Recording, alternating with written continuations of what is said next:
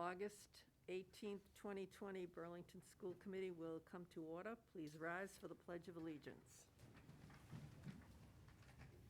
I pledge allegiance to the flag of the United States of America and to the republic for which it stands, one nation, under God, indivisible, with liberty and justice for all.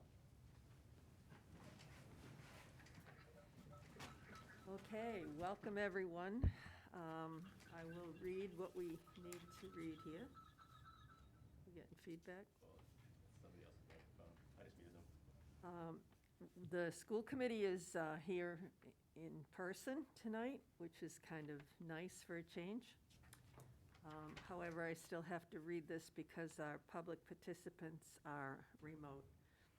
Pursuant to Governor Baker's March 12, 2020 order suspending certain provisions of the open meeting law, General Law, Chapter 30A, Section 20, and the Governor's March 15, 2020 order, imposing strict limitations on the number of people that may gather in one place, this meeting of the school committee is being conducted via remote participation, except for us. No in-person attendance of members of the public will be permitted, but every effort will be made to ensure that the public can adequately access the proceedings as provided for in the order.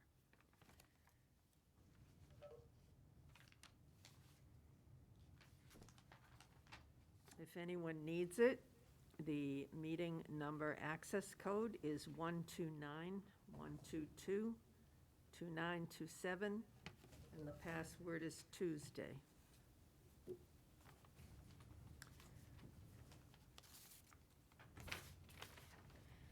The first item on our agenda is the approval of the warrant. Is there a motion? So moved. I move to approve the warrant. I'll second it. It's been moved and seconded. Any questions? All those in favor? Aye. We don't need to do roll call. Okay, all those in favor? Aye. Aye. Tom? Okay, that's 401. The next item is the approval of minutes of July 21st, 2020. Is there a motion? And second. Okay, it's been moved and seconded to approve the minutes. Any question? All in favor? Aye. Is there anyone opposed or abstaining? Okay, that's 5-0. Public participation. Under public participation tonight, we will take questions about anything that is not on the agenda. So if you have comments on anything related to going back to school, please wait until we get to that. If there's something completely different and it's not on the agenda, please hover, how do you do it, Bob? You hover over your name and raise your hand on your, Dave, yeah. So if anyone needs to make a comment, either wave in the mic in the video and I will notice you, or you go over your name and hover over it. And if you can click on the wave, then that will signal me as well to indicate to the school committee that you all have a comment. So again, we're waving, we're not having the chat function tonight, only the wave function, either by WebEx itself or by waving to me in the screen, and I will see the video.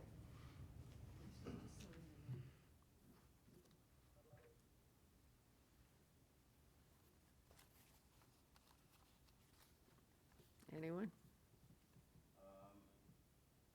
Patrick Larkin has his hand up.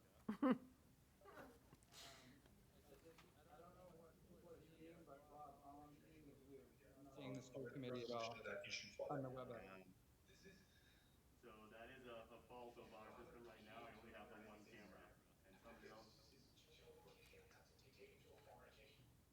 else needs to mute. Nothing in response.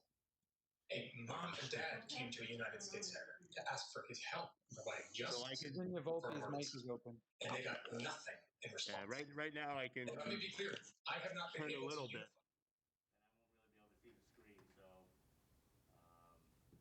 in a future meeting, I will try to get additional cameras to make the viewing pleasure better for everybody at home. Okay, anyone else for public participation? Okay, then we're moving on. The coronavirus update from the superintendent. Dr. Conti. Thank you, Madam Chair. I think at your seats, you saw a copy of the school reentry plan that was submitted to the Department of Elementary and Secondary Education on Friday.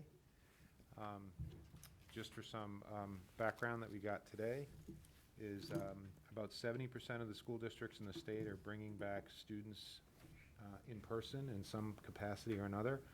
I think by and large, hybrid was the option of choice for most districts, but I thought the 70% number was telling. And so I just want to go through some parts of the plan because there's a lot of work that went into it. There are many districts that have longer plans, and we'll be adding to this. But a lot of the plans that I've seen haven't been as detailed in terms of providing schedules for folks. So they provide a lot of background information on COVID, and we can certainly add that in. We have all the protocols from the state and from the CDC. We were just trying to answer the question that the Department of Ed wanted us to answer, which was basically what was the vote of the school committee and what are your plans.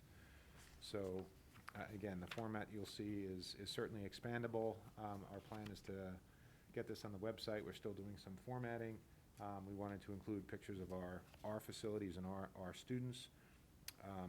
Again, I think we're using the school readiness principles from the Ariadne Group, and that's the School of Harvard Public Health, the Harvard Public School of Health, and Brigham and Women's Hospital. So we're using their principles. We've added a 10th principle called remote learning, and there have been remote learning groups meeting. Patrick and Dennis Solano have been facilitating those groups with teachers and parents. Again, those have been part of our district working groups. And again, I've been facilitating Principal 1 and 2, for instance, and we've had 3 meetings, but we've been meeting once a week. And I do want to make sure that everyone I've spoken to said they've really appreciated the feedback that they've gotten, and I would echo that the parents and teachers that have commented on what we're doing have been really helpful, and I think they've helped us from making some mistakes moving forward.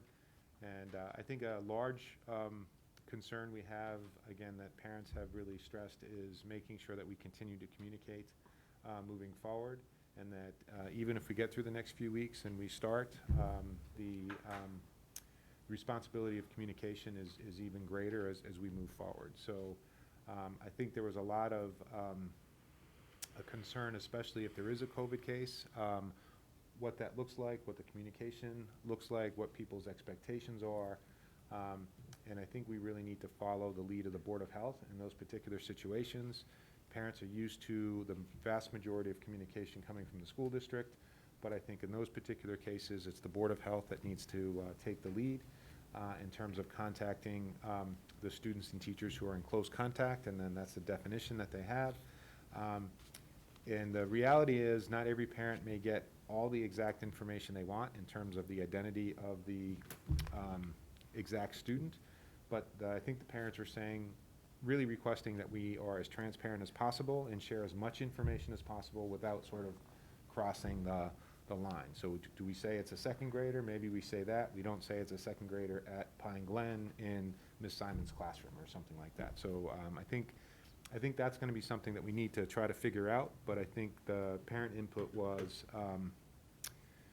as much as possible, and I think I sort of understand that, and I think the staff were sort of communicating that as well. But we're not going to identify the student, obviously, that all those privacy rules. I think there was a suggestion that we also make a dashboard like that exists at the state level and like the Burlington Board of Health has, but just for schools. And that's something that I think we'll maybe think about, again, depending on the level of detail that we have. But again, I can just say communication is something that continues to come up, and people need to have that. In the group that the larger group that I'm working with, did a bunch of focus groups, and what parents basically said is they again, they like hearing from the central office, from the superintendent, but the communication they really pay more attention to are the communications that come directly from their schools. So this week, we've seen letters going out from principals to their respective parent communities and their schools. So I think that's starting to happen, where a lot of individual questions about how does this impact my child, what's my child's schedule, those are all really school-based questions, and I think that communication is starting. And then our principals are also, some of them are making time to do their own BCAT special. I think we talked about that, where they can record some of the specifics around their schedules, and then that can be replayed moving forward. So the principals are there. So again, just to recap again for the committee, elementary schools, we're talking about having a full in-person, and we're saying the full in-person means we're not dividing up the student body. We are obviously shortening the day, but that's a state definition, and a remote. So all of our plans have a remote piece that goes with them. Even in the full return, we have afternoon remote activities moving forward. Excuse me, Eric, I just got a message that people are having trouble hearing you. All right, I'll try to speak maybe closer to the mic, and everyone else maybe has to have their mic off or muted. So I'm sorry. So I keep getting messages too. Couldn't hear any of it. That's Mark Sullivan. It's because people aren't muted. So if you're online, please mute your microphone, and maybe that would help people hearing us. And If you go on the BCAD government channel, there are captions, so you can read every word you're saying. And you can see the school committee members and you on the BCAD show. yes. And again, this is our first time attempting this, so I think we will get better at it. And so I apologize for any of the technical glitches. A lot of this information people have before. I'm just showing you what we submitted again on Friday. And so we're trying to have a schedule. Again, this is for the students who are returning.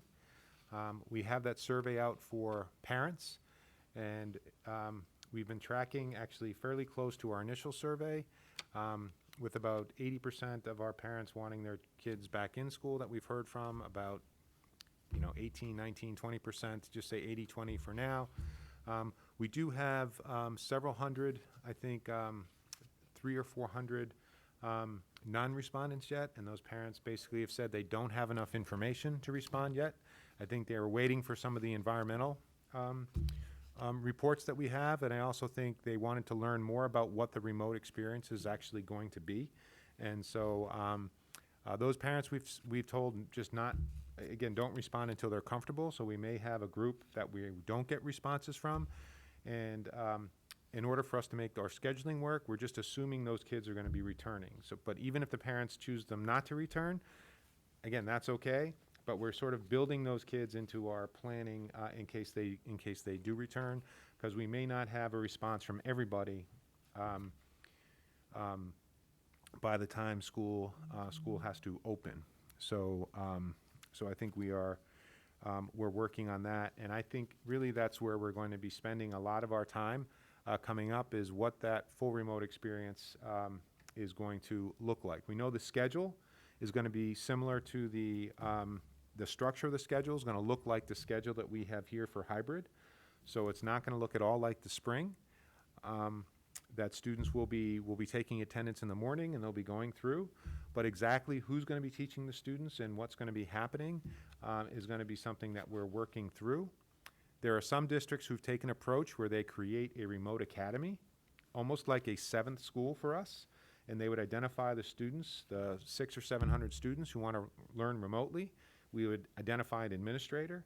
We would identify teachers, and we would essentially build a curriculum and an experience and staffing for those students. That would consist of Burlington teachers whenever we could, and then supplemented by some of the online tools that the state has provided. And of course, knowing the number of students who are going to be fully remote is only one aspect of that. Principals today got lists of who those students are, in what grades, for each school. So they're starting to now build schedules. Mr. Fossen and we were talking before the meeting about this is all theoretical until we start building schedules. And so that work is happening now because principals have those class lists. So they're going to be working through and building those schedules. And again, assuming the parents we haven't heard from will be attending where we're going to be attending. And I do think having some of those students have an extra a remote sort of school assignment will make managing those students easier. So again, in the middle school, again, we're going to be doing a hybrid. That means half the students are going to be attending. The student body is going to be divided in half. The essential structure is 2 days in person and 3 days remote. This structure is very common across most of the superintendents in neighboring communities that I've spoken with. I think there are some individual differences in some of the frequency of classes that are meeting. But in terms of the 2 days on, 3 days remote, that's a pretty standard overall weekly structure. And some of the class times and times that are being developed are the result of we're really not limiting our program of studies at all. We want students to experience all their classes. And in order to have all the students experience their classes, all of their classes, some of the feedback we're getting is there's not enough instructional time, and I sort of understand that. But we're trying to capture as many minutes of instruction, synchronous or live instruction as we can every week for students to continue to make progress. And again, we got a draft of a middle school remote schedule this afternoon, so I know that Carrie and her team are working on that, and I honestly just need to get a chance to look at it and provide some feedback, get some feedback from some of her teachers. Again, an important aspect here, and we'll talk about, well, let me wait and we'll get through the high school, and then I'll talk about the human resource part of this, because I think that's also intriguing. High school is also a hybrid. That means half the students. It's a 3-2-2-3 schedule, 2 days in person, 3 days remote. Again, fairly common with most of the neighboring superintendents that I've met with and consulted. Maybe some of the individual daily schedules might be different, whether some people are doing 4 periods or 7 periods or a block or something like that. And I think that the draft that you have in your packet isn't even the latest draft that we've seen. We've really asked that the middle school and the high school have a common schedule. So the high school has sort of created a next option, which I am supporting, which is the 2 full days that include lunch and then 3 remote days. So again, the structure of the high school schedule and the middle school will look similar, and where the high school initially didn't have lunch in, we are adding lunch back in. So it won't just be the middle school that is piloting lunch. It'll be the middle school and high school that are doing so. So if I can clarify the packets that we have in front of us, does anyone else have these packets at this point? They were released to the state. No, we'll be posting them after this meeting. I just wanted, Martha, for you all to see what the plan was that we submitted. Okay, and then just to clarify, the high school schedule that's in the packet is not the final one. We've already changed it, is that accurate? Yes, and I would Okay. say all the schedules are changing all the Okay. time. We will put the latest schedules in, and even if the document is posted, we will insert the latest schedules that we have. Okay. But it's really hard to work in any paper form these days because Yeah. things are changing almost daily. So I just wanted to clarify for yes. people who have seen a sample of the high school schedule, that the one in front of me, for example, does not have students staying for lunch. Right. But the goal now is to have a schedule where students will be staying for lunch? Yes. On the 2 days when they're in the building? Yes. Okay. And again, we were working on that Yeah. over the weekend, and I think we looked at it this morning, so it's just, the schedules are evolving as we go, but the main structure, again, is 2 in-person days, 3 remote days, and then there are a lot of technicalities that are being worked out with the individual schedules. Mr. Murphy? Dr. Conti. start times still up in the air as well, or are they as listed? I know we started the high school day a little bit later, a year or two ago. I don't know whether we're sticking to that, or would circumstances are requiring us to readjust start times.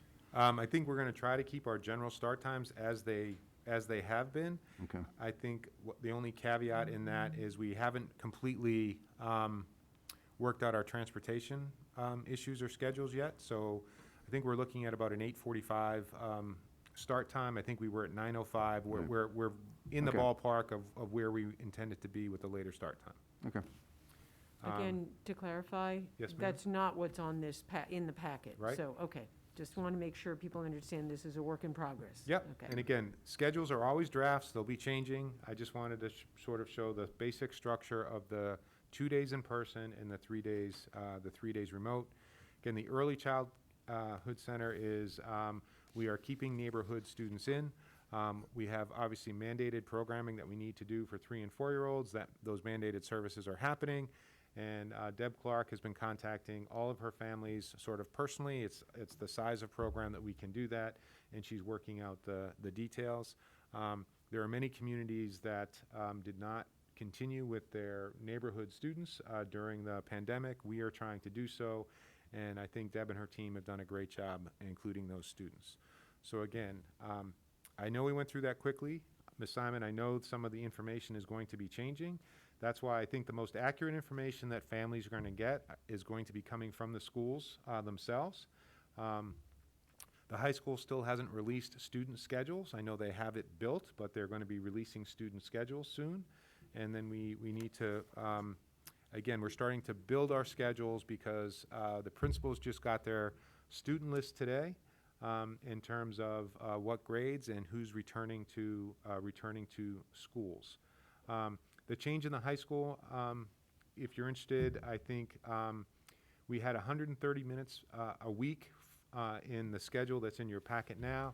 And I think with the changes Mr. Sullivan and his leadership team worked through, I think he expanded that to 170 minutes per week. And I'm going to say still too few, but I think they did expand the amount of time that they're having per week. I think normally it was around 220 or something like that. So we're probably within a period of the synchronous instruction that would happen in a normal week. Again, on a 2-day in person, 3-day off, there's no way we could mimic the exact number of time that people are getting. I am convinced that these schedules will satisfy nobody.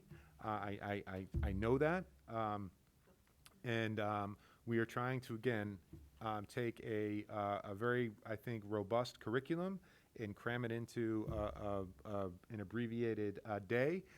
We're trying to get students as much in-person and synchronous teaching as possible, while following all the state safety protocols that are being required of us. So again, this is a compromise after a compromise after a compromise, and there's no way to satisfy anyone when you're sort of operating in that way. And I understand that. There have been a lot of people contributing to this effort and this work, and I do think the only people who can build schedules are the people at the schools who are normally building schedules. It's not something that anyone can do. And again, the most recent reentry plan will be posted right after the meeting. Patrick just texted me, so he'll be posting the plan. But again, as I'm going to state all the time, the schedules in the plan are going to be being adjusted, and as we move forward and make changes in that. There's a transportation part of this and a professional development part of this, where we have identified dates where we are doing training for the community at large. I think Dennis Villano did the BCAT session for us last Thursday, and I think he did a great job identifying some of the technology tools that we'll be using for remote instruction, and some of the dates that we'll be doing family training on some of the learning management systems that we use, and that's Seesaw at the elementary level, and Google Classroom for, I guess, grades 4 through 12. There's some overlap, obviously, at the elementary level, but there will be some very specific family training on those learning management systems and support. Transportation, and I'll let Bob weigh in, is still something we need to spend more time with. And one of the problems, it's not a problem, one of the challenges in Burlington is we offer such a high level of service, such a ubiquitous level of service, that the changes that we're going to need, we are going to need to make are going to feel very different from what we currently do. In our parent surveys, I think there's only about 30% of families who say they are going to even utilize transportation. I think that'll help. But I think we need to identify who the families are. We might even need to probe a little bit in terms of what their need is. And then Burlington has some features, as telling you, you all know, is there are some busy roads. And we also have an interstate sort of running through town. So I think we can't necessarily just use concentric measures, because there are parts of town that are more conducive to walking and other parts that are not. So I think I'd almost rather say we're not going to provide any transportation, but I know people desperately need it, and so we're going to try to figure out how to make that work. I just honestly don't know how that's going to work right now. Yeah, go ahead, Tom. With respect to the transportation, back in the spring, when we closed things down, there was some discussions with the bus company. I think it was kind of globally. I know Cole was involved, and there was some sort of adjustment to the cost based on the contract vis-a-vis not going to school. Is that part of the discussions going forward with the bus company? I know our capacity is 1/3 of what we can only use 1/3 of the bus. So if our use goes so that we don't need as many buses, are we locked into a contract, or is that subject to discussion, or are the discussions ongoing? Again, I think Nicole has been very proactive with that, so Nicole. So in our contract, we are able to reduce routes, and if we give, I believe it's a 30-day notice to reserve that right, we can exercise it. So I have been working with council, and we have sent a letter to Trombley to reserve that right, so. Is it a pro rata reduction, or has it become a negotiable number, or? Well, I think we need more information on our end first to see Okay. where we're at. Thank you. Mr. Murphy, if it's like the spring, I think it would be negotiated, because that's the process we went through with the committee. So, so I think, anyway, so that's, I think, what we're looking at. I think, are you kind of done with that section, so we can go to questions from the committee, and then questions from Ways and Means, and then questions from the public? I have one more thing I just wanted to cover, Madam Chair, Yep. briefly, and I'm sorry if I'm No, rambling, but go for it. the, That's fine. in addition to surveying parents, we were also asking staff for information. So we have a bunch of requests for remote teaching assignments because of health or childcare issues, which are, and there are some protections, new protections by the federal government for those. Our HR department, and I do want to thank Joanne Faust and Sherilyn Rosati. They've been working in the district full-time, and they'll be here for 2 weeks. We share those resources with Town Hall, so we usually split time, but this is a pretty intense time here at school. So Paul Sagarino, again, has been a great partner and is really having them over here full-time. And they're contacting all of our individual staff members who have requested some form of leave. What we are trying to tell people is that we can't guarantee a remote assignment, but we're going through to see what folks are qualifying for. The programming, the student numbers in the programming will drive the number of teachers that we need for the remote assignment, and not the other way around. So we'll try to accommodate as many as we can. We'll certainly prioritize health reasons. If someone can't leave their home, then we wouldn't have the expectation that they would need to come into school. And there are some protections there, but we have a significant number of requests for remote teaching assignments, and we need to make sure that we have enough teachers, so when the students show up, that we have enough teachers to teach the students who are here. Tom? One other question, if I could. Along those lines, federal protections, whatever the criteria for that is, I'm sure HR will ever go through that, but my question is, people who are able to opt out or take a leave, or however it's termed, in the federal protections, if we have to hire or bring somebody in to replace the person who's taken the leave, if there's no remote work or whatever, does the federal protections come with any reimbursement from federal money, or is that a federal protection that the individual cities and towns then have to work out the fiscal liabilities? We have gotten some federal relief that we can apply to that, but I'm not sure it would be enough to cover the cost. Okay. So if a person does qualify for a 12-week leave, which is the federal benefit, I think they get 2 weeks at their full pay, and then 10 weeks at 2/3 pay, and we would need to pay someone to cover for that person for the 12 weeks that they would be out.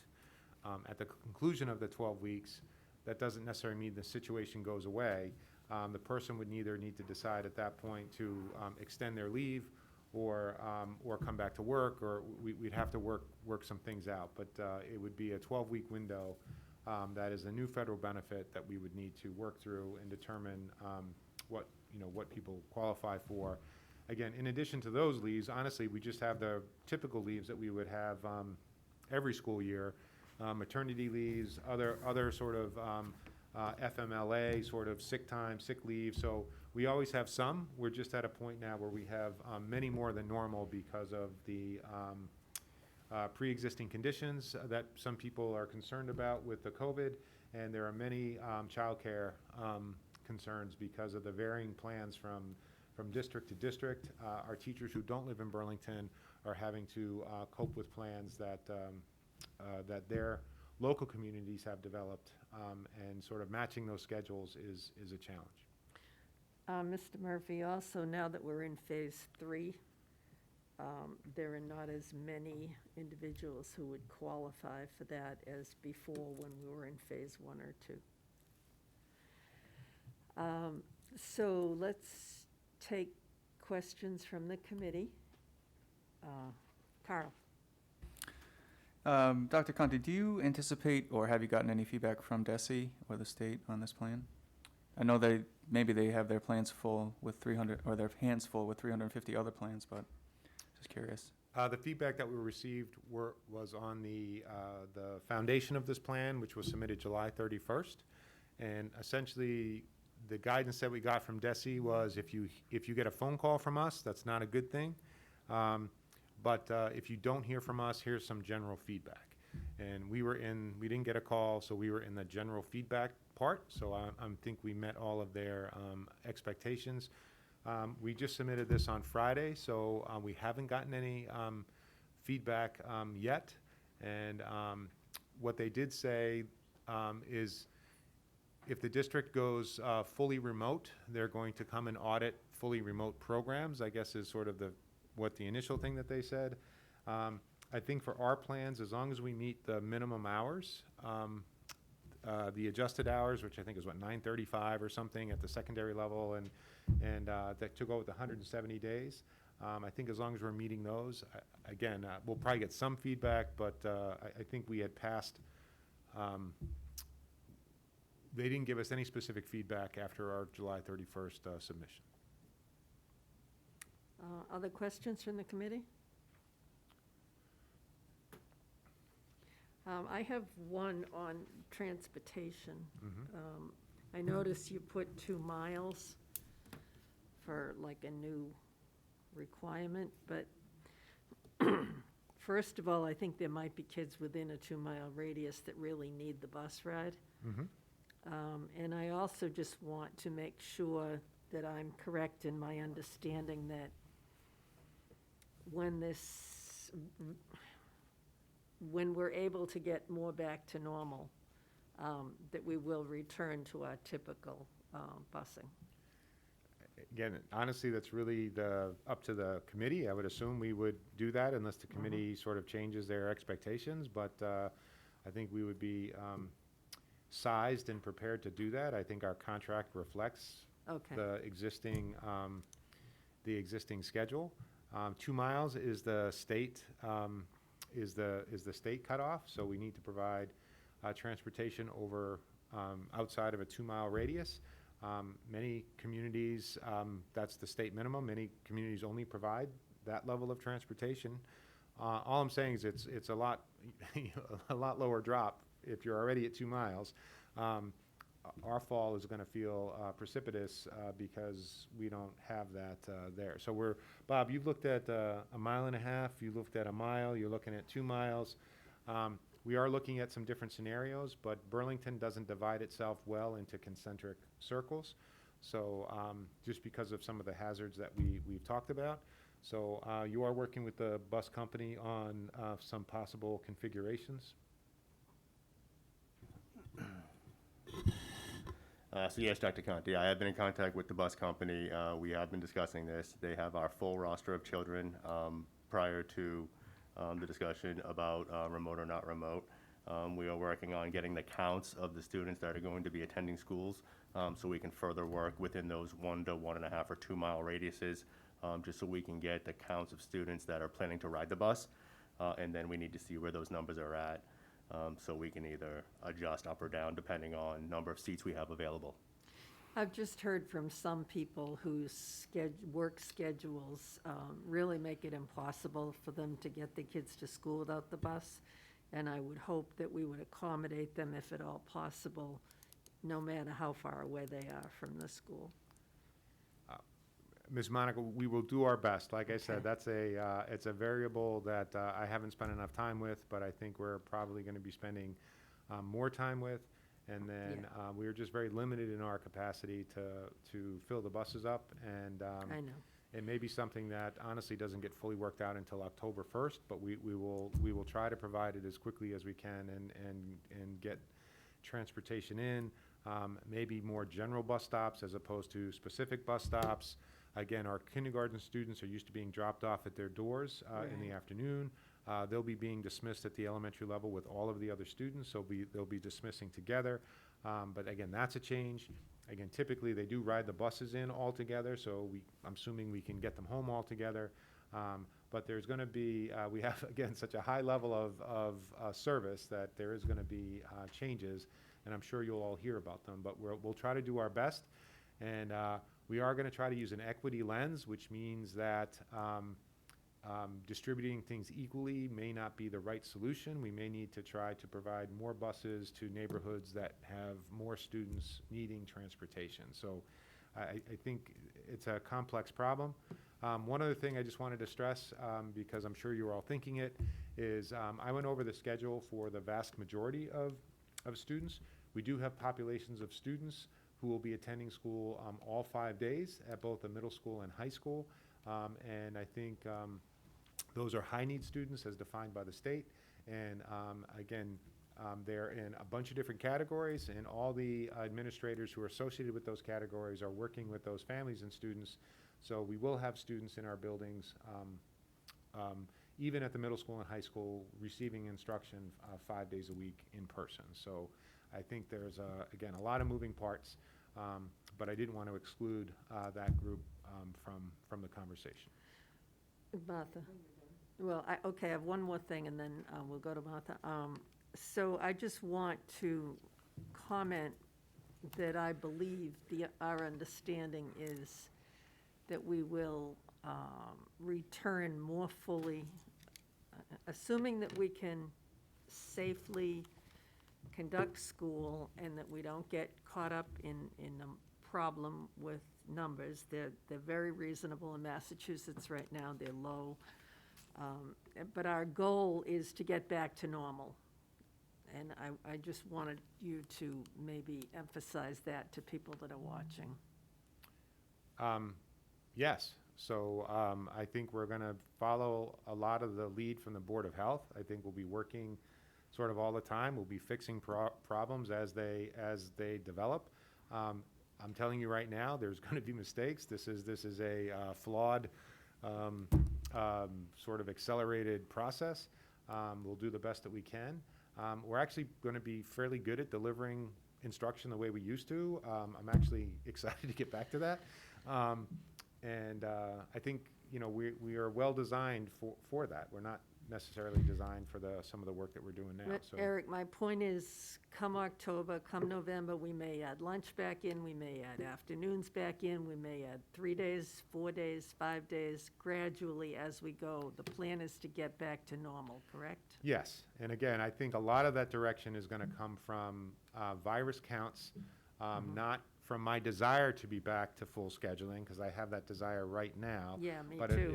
it'll be driven by, I think, the state and the Board of Health will be sort of steering us in that direction. But I haven't talked to a superintendent, even our surrounding communities, who don't want to try to increase the amount of in-person instruction as much as possible, whatever they're allowed to do that. I do think the governor's contracting some of the opening of the other parts of our communities will help schools stay open and potentially even open further. So I also want to acknowledge that there are some private sector areas that would probably are being asked to constrict again, but I think we will benefit from that. And again, what I will sort of say is everyone's invested in keeping their schools open. It's not about our desire to have them open, and we're only as safe and we can only keep them open as the people practicing the least amount of precaution. So I would just ask, again, parents, the community, everybody, if the lower our numbers, the more likely schools are going to stay open for in-person and remain open in person. And I want to stress that. Okay, Martha? Yes, I also, I want to just repeat for everybody that there's a huge amount of information that Dr. Conti's shared, and it's going to go up on the website, but there's a huge amount of information that's not in this packet, and that whether you're a parent or a teacher or a student, there's going to be tons of questions that aren't answered by these documents, because different schedules will be for different grades, not different grades, but for different levels. For example, in this packet, it talks about protocols, but they're not listed here. But we do now, after working, correct me if I'm wrong, but you've been working with the Board of Health, and we now have protocols for what we're going to do in any given situation that we can imagine, whether it's a student or a teacher who's not feeling well or has symptoms, or if there's this, and how we're going to do contact tracing. And those issues are being worked on and have been worked on. And some of them are maybe at a point where we could say, well, for now they're done. Is that accurate for the protocols on if following up with illness symptoms? Is that accurate? Yes, Okay. and again, Barbara Conley, our nurse leader, has Yep. been great at that, and she's scheduled to present at BCAT or to record a session where all those details will be sort of gone over, and also the health protocols that families need to follow daily prior to sending their child to school. So again, all that communication is forthcoming, Right. and I just think that that'll be coming out, but it has to be in a digestible form, so I don't necessarily think a book report works for Yeah, everyone. yeah. And we tend to be prioritizing videos where people could watch it again and again, and then we'll follow that up with documents as they go forward. And then one other thing that we're trying to put together are flow charts. So again, if this, then this. And so we have those built in Simon, and again, we just have to get them out and distributed. And then again, just to clarify, I think that if I were a parent and I had a kid in the middle school and a kid in elementary, it's like, which days and when and where and which of my kids' friends and are going to be, and we're working on, it's my understanding that we're working on all those details. There's lots more details to come.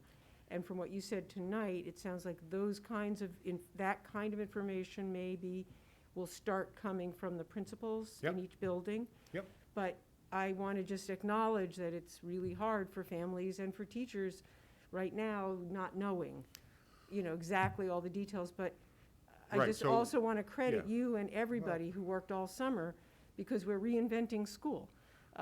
So thank you for Right. reinventing school, and I wish it was all done, but it's not. And I just wanted to acknowledge that Right. for both, ends of this. Part of the complexity here is choice. So we've given people a choice, and so, and I think it's important to give people the choice. But again, as I said, principals got their, the list of students who have identified that they're going to be returning in person. Usually, elementary principals, for instance, would have assigned students to their teachers already. That would be information that would be sort of out there. We're building that in the next, in the next week or so. So I think a lot of the information that is typically done well ahead of time is being done at the last minute. I don't believe high school students have gotten their schedules yet, even though they've signed up for courses. So we will be sort of releasing those schedules in the next few days. So Ms. Simon, again, all that information typically comes from the school. It's going to continue to come from the school, and we'll move. Again, I think in the next couple weeks, because it has to happen in the next couple weeks, we'll be having a lot more very specific information about where your child is going to be assigned and what their schedule is going to be. Okay, any more questions? Carl? Could you please comment about the health metrics that the Burlington is going to be keeping an eye on? I know the state last week released the chart that and the map that discusses cases per 100,000 in the last 2 weeks. Are there other public health metrics that you or the Board of Health has been looking at or keeping an eye on? The two, Mr. Foss, that I've been told to pay attention to, and I'm not an expert, are the cases per 100,000 and the positivity percentage, and I guess for different reasons. If the Board of Health asked us to pay attention to more metrics than that, I would follow their lead or their guidance. One thing that I didn't realize, I thought they were. It was a 14-day snapshot, and then you had to wait 14 days and then have it be another 14-day snapshot, and that's not how it works. So essentially it's just like a ladder, and they just keep moving up the ladder. So it's just the last 14 days. So if we had 5 positive cases on day 14, and then it moves up, those 5 cases drop off, and so you can have some variability based on that. So it's why I think they're looking at some multiple measures, and again, it would not be me, Mr. Foss, who would make that determination. I would, again, really rely on the State Department of Public Health and the Burlington Board of Health, and they've been incredibly helpful through this whole process. Again, Susan Luminello has been a great resource, and she'll continue to be so. So again, I think we can make public what those are. I don't necessarily think it makes sense for Burlington to identify individual thresholds. I'm not sure if the Board of Health wants to do that. Maybe the state would end up doing something like that, and they have sort of in the structure that they put out. But I'm not sure that's granular enough for us to decide sort of day to day or week to week, or a closing issue, for instance. But the concern I have about doing it town by town is our thresholds could be different than Woburn's and Billerica's and Lexington's, and boy, what a mess that would be. I'm not saying that's not where it will evolve to, but I think the state gave a general guideline, which is the red, yellow, green, sort of white protocol, and that's based on the positive cases per 100,000 over the last 14 days. And I think we fall into a category that sort of matches a hybrid plan. So I'm happy there was alignment there. If we didn't align, that would have, been problematic. So we do align there.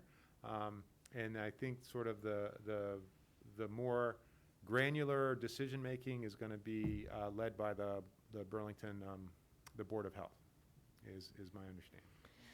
Okay, as we move, Catherine, nothing? No, the only comment I wanted to make, and just, again, having experienced my daughter going back to college, and I think that once everything starts, whatever that ends up being, that I want to make sure that everyone understands that no matter what we put out there, once everything starts, then we'll see what works and what's not working. And I want to make sure everyone doesn't turn it into a complaint session that it didn't turn out the way we all said it was supposed to. We all have to be flexible because we're all learning as we go along.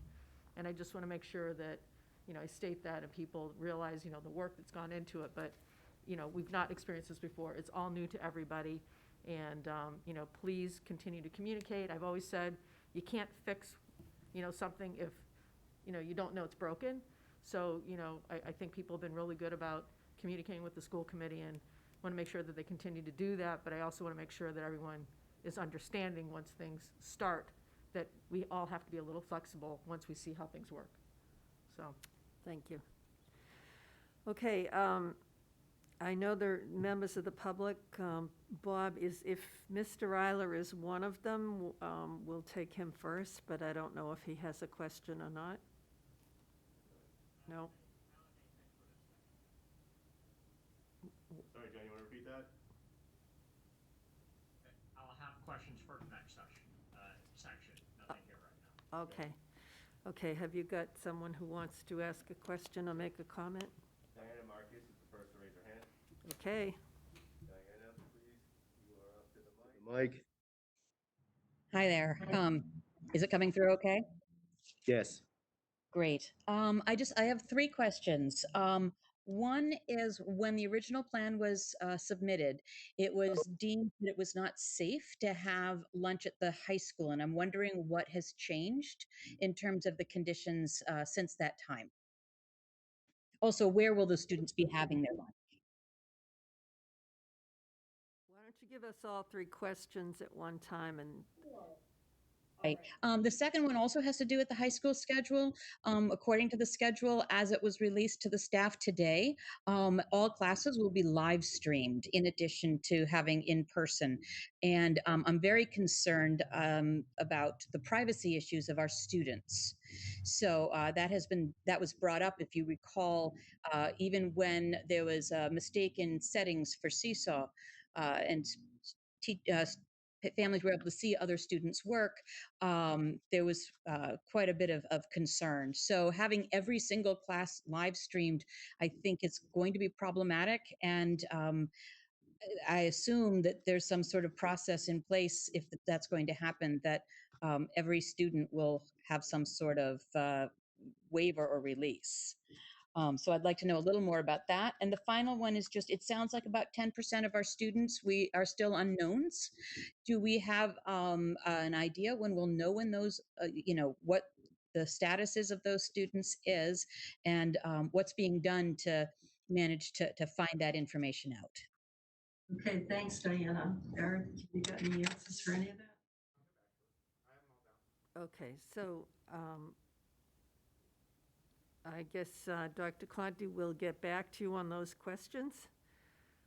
Okay. Thanks.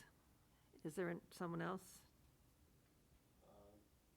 Yes, and I apologize if I pronounced the last name wrong, but there is a Kerry. Ma'am, M-A-L-M, Kerry? Hi, can you hear me? Yes.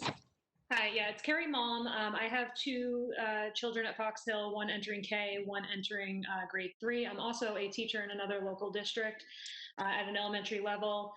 And my district is actually going back full-time at the elementary level, which you can imagine poses a big problem. But my question is that when the elementary schedule came out initially, I believe the dismissal time that we were originally told was 12 o'clock, and then it went to 11:45, and now it's at 11:30. And I'm just concerned about this because at the elementary level, the schedule starts at 8 with hand washing and greeting for a half an hour and then morning meeting for a half an hour, which is a very important part of the day, obviously, but with content not starting until 9. And then dismissal at 11:30, which really means kids are going to be getting ready for dismissal around 11:15. That gives them about 2 hours and 15 minutes of instructional time during the day. And that's concerning to me. And I know that the question has been brought up. I've emailed a few times about it myself with no response. Why can't the elementary students stay until just 12:30? Just give them another hour and they could still have lunch at home and still have their remote afternoons, but get an extra valuable hour at school, which would help with their own education, help with their teacher contact, with their relationships. And it would also help a little bit to alleviate some of the stress of parents at home that are trying to figure out how to get their children at 11:30. So that's my first question. I had one other just note on the busing, and I want to thank Christine for speaking up so clearly about the struggle that causes for people that rely on the bus. Just be aware that because the before school program is not operating this year, that leaves many parents having to drop their kids off at a friend's house in the morning to take the bus from there, or in my own situation, hire a teenage babysitter to come to my house to put my kids on the bus because there's a half an hour gap between when I need to leave for work and when they need to get on the bus. Now, if the bus doesn't come to my house, I'm going to be putting my 2 young children in the car with an 18-year-old to drive them to school, and that makes me very uncomfortable, and that will be the only choice I have if the bus doesn't come to my house. So just be aware that when the before school program is not operating, that's a huge consideration for people that are scrambling for childcare. Thank you. Eric, how do you want to handle questions? Are you going to get back to everybody? Yep. Okay, so the superintendent would like to get some answers to the questions and get back to each one who asked the question. Okay, the next person? That is all for now. Okay. So the next item on our agenda is communication. The first up is the appointment of the school physician. You ready for that? And I'll help you out by suggesting that someone make a motion to appoint Cindy Wallen-Jevitz as the school physician. So moved. Yeah, Dr. Sidney's been our school physician for, I think 4 or 5 years, and Yes. she works well with our staff. So again, would recommend that you appoint Dr. Wallen-Jevitz as the 2020-21 school district physician. Okay, it's been moved and seconded to appoint Cindy Wallen-Jevitz as the school physician. Are there any question, discussion? Carl? Excuse my ignorance, but can you just comment for a moment or two about what the role of the district physician is, please? I can, and Mr. Foss, it's really evolved. So, 20 years ago, it was about doing the pre-athletic screening physicals for sports, which now with Mass Health, we sort of are out of that business completely. Dr. Cindy has to write some orders for EpiPens. She reviews all of our sort of nursing protocols, other meds. We're delivering a lot more medicines now than we ever have, and we need to have a medical delegation sort of protocol. She works very closely with Barbara Conley in terms of helping us make sure our students are vaccinated, and just really provides, I think, great advice and answers questions for our nursing staff. So I think the district doctor's role has really evolved and changed, certainly even in the 10 years that we've been here. And one more question. How long has she had the role? I think it's been 5 or 6 years. It was, for a long time when I first got here, was it Dr. Goldfarb, who had been here, I think, for many, many years. Yes. And then he's, I think, tragically, I'm sorry if he passed away, and then we had sort of a transition year, and then Dr. Cindy took over after that transition year. Okay, it's been moved and seconded to appoint Cindy Wallen-Jevitz as a school physician. All those in favor? Aye. Is there anyone opposed? It's unanimous. Next item is financial update. I guess, I'm sorry? On what topic? I guess prior to the. Okay, what's the question?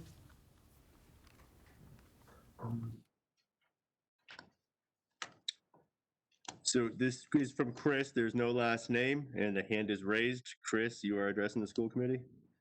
Hi, I have a quick question that I'm struggling to understand, which is how the different stakeholders in this community can have such differing views on the same topic. In other words, how is it that 80% of parents can want their kids back in school, yet it seems like the majority of teachers would prefer to start the year remotely, at least based on the view of the union. How do I reconcile this? And when you reference the percentage of parents that want their kids in school, is that a survey asking how should the year start, and the results overwhelmingly suggest that in person is the preferred option? Or is the survey asking if parents want their children to return at some point this year? Those are two very different questions. At the same time, have we surveyed how many faculty members have indicated they would prefer to return in person? If so, can those numbers be shared? I guess what I'm struggling with is I don't understand what the seemingly big divide between the two stakeholders is all about. The union is pushing for a remote start with rational precautions. The committee is pushing for an in-person reopening. We all have a reason to be worried about this virus and the impact it could have on the community. Many of us have children and lack a good solution for a remote or in-person return. But anyone who could provide some clarity on why the opinions from the two different parties are so different would be incredibly helpful to me, because right now I feel like I'm missing something. And earlier on this call, Dr. Conti said something that struck me, which was that there are going to be mistakes and that this is a flawed, accelerated process. How can we say that when we're talking about a disease like COVID, where death is a non-trivial risk? Thank you. I appreciate the time.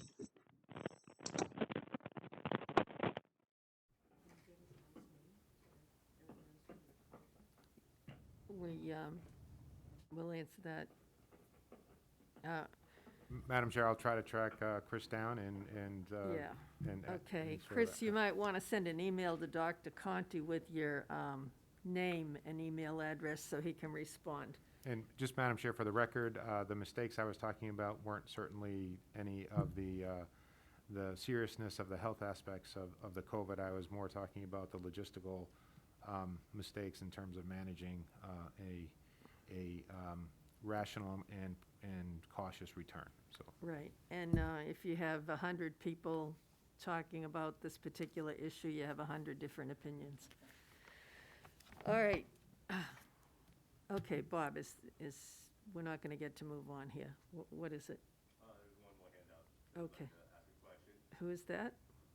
Diana Marcus has her hand up. Okay, Diana? Hey there. I'm just noticing a big difference between the public questioning and answer periods from what it normally is when we're in person, or even the last time when this entire thing was done by WebEx. My concern is that questions aren't actually being answered in real time, and I'm not sure if that's because the answers are as yet unknown, but generally, when someone asks a question, they not only get an answer, but the other people who are participating are able to hear that answer as well. So I'm trying to understand the change in process.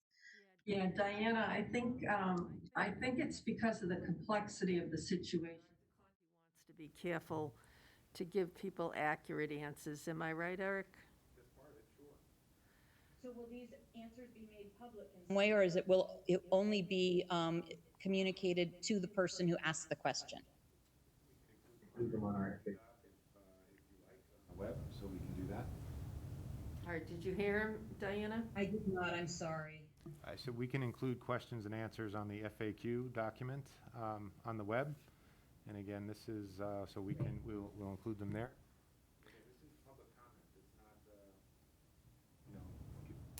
to have another Yeah, session, this, look, Chris, let's just, so, yeah, we've been, let's move on. we've been sort of overrun with having discussions that we need to have at a different level. So, moving on. Financial update, Nicole. Thank you. So I just passed around another sheet, the front sheet that I had distributed to all of you earlier. I noticed that there was a formula missing about halfway down on expenditures. So for the first sheet, if you could just go off of the new revised sheet. So this is the closeout of FY '20. You can see here that all of our revolving funds ended in a positive or a zero balance. The school lunch deficit that you voted last month, I believe, is reflected here also. So you can see that the ending balance is zero.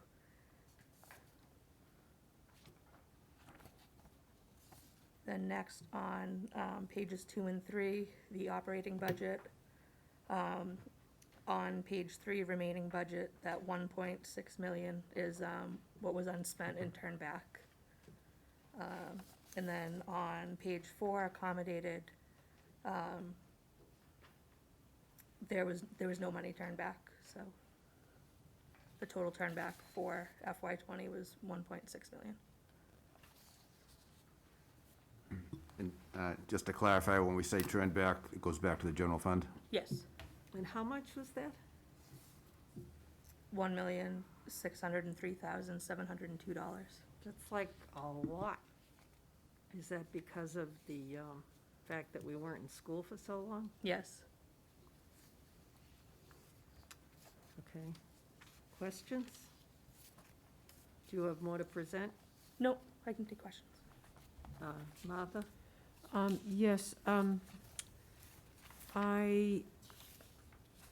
wanted to know, I mean, obviously, there's lots of things that didn't happen, and then there were some extra expenses. I went through and looked, and, you know, it makes sense that there were extra expenses under IT because there's so much going on with the remote learning. There were extra expenses in, I think, nursing or health, or so, you know, I mean, those are things that made sense to me. But it appeared that there was an additional clerical is that because, did we have additional clerical needs over the summer, or was that something else? No, we actually had some retirements, and we owed some vacation time that we had to pay out. Okay, all right, thank you, and let me just check. Oh, and on the accommodated budget, and maybe I should have thought of this earlier, but we have the BECC and the DSC program in there.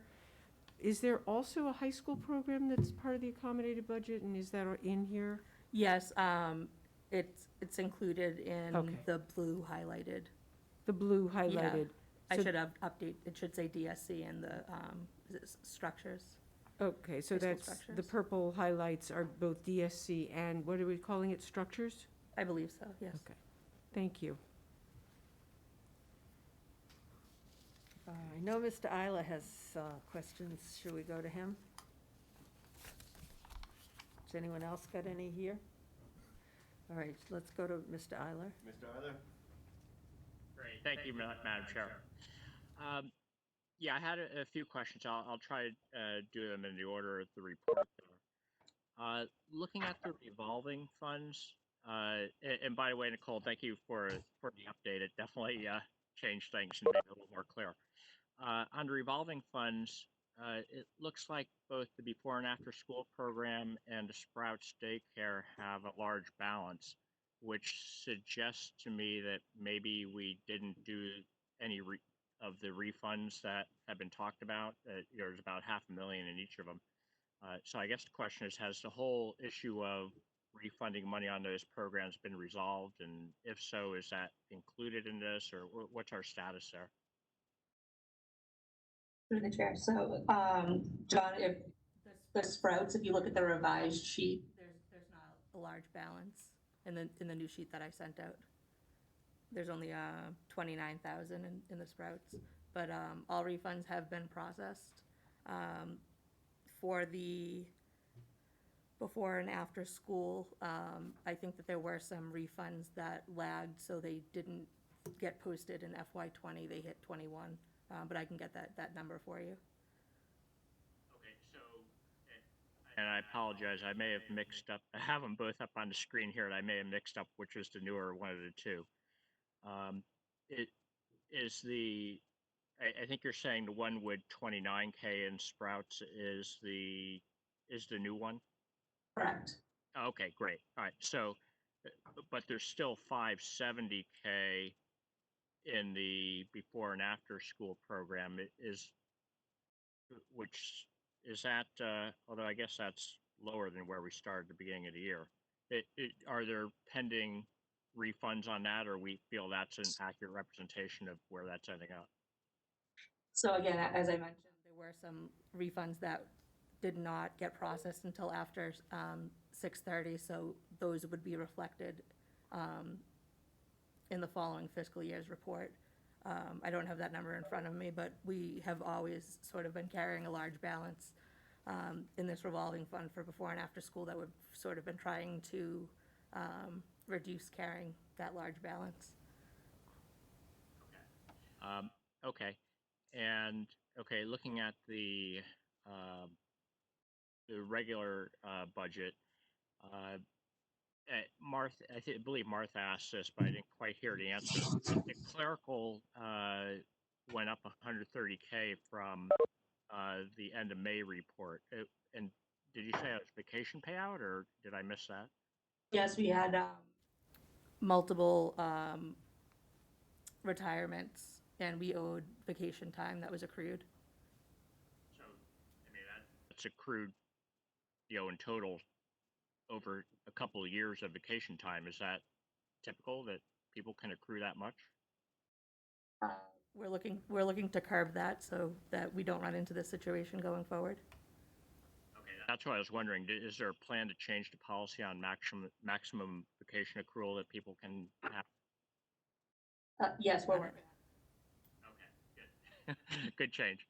All right, and looking at the operations, as Martha said, May the deltas made sense. I was one or two stood out as a little unusual. So I was curious, like the elementary math went up by 63,000 from the month before. What was that due to?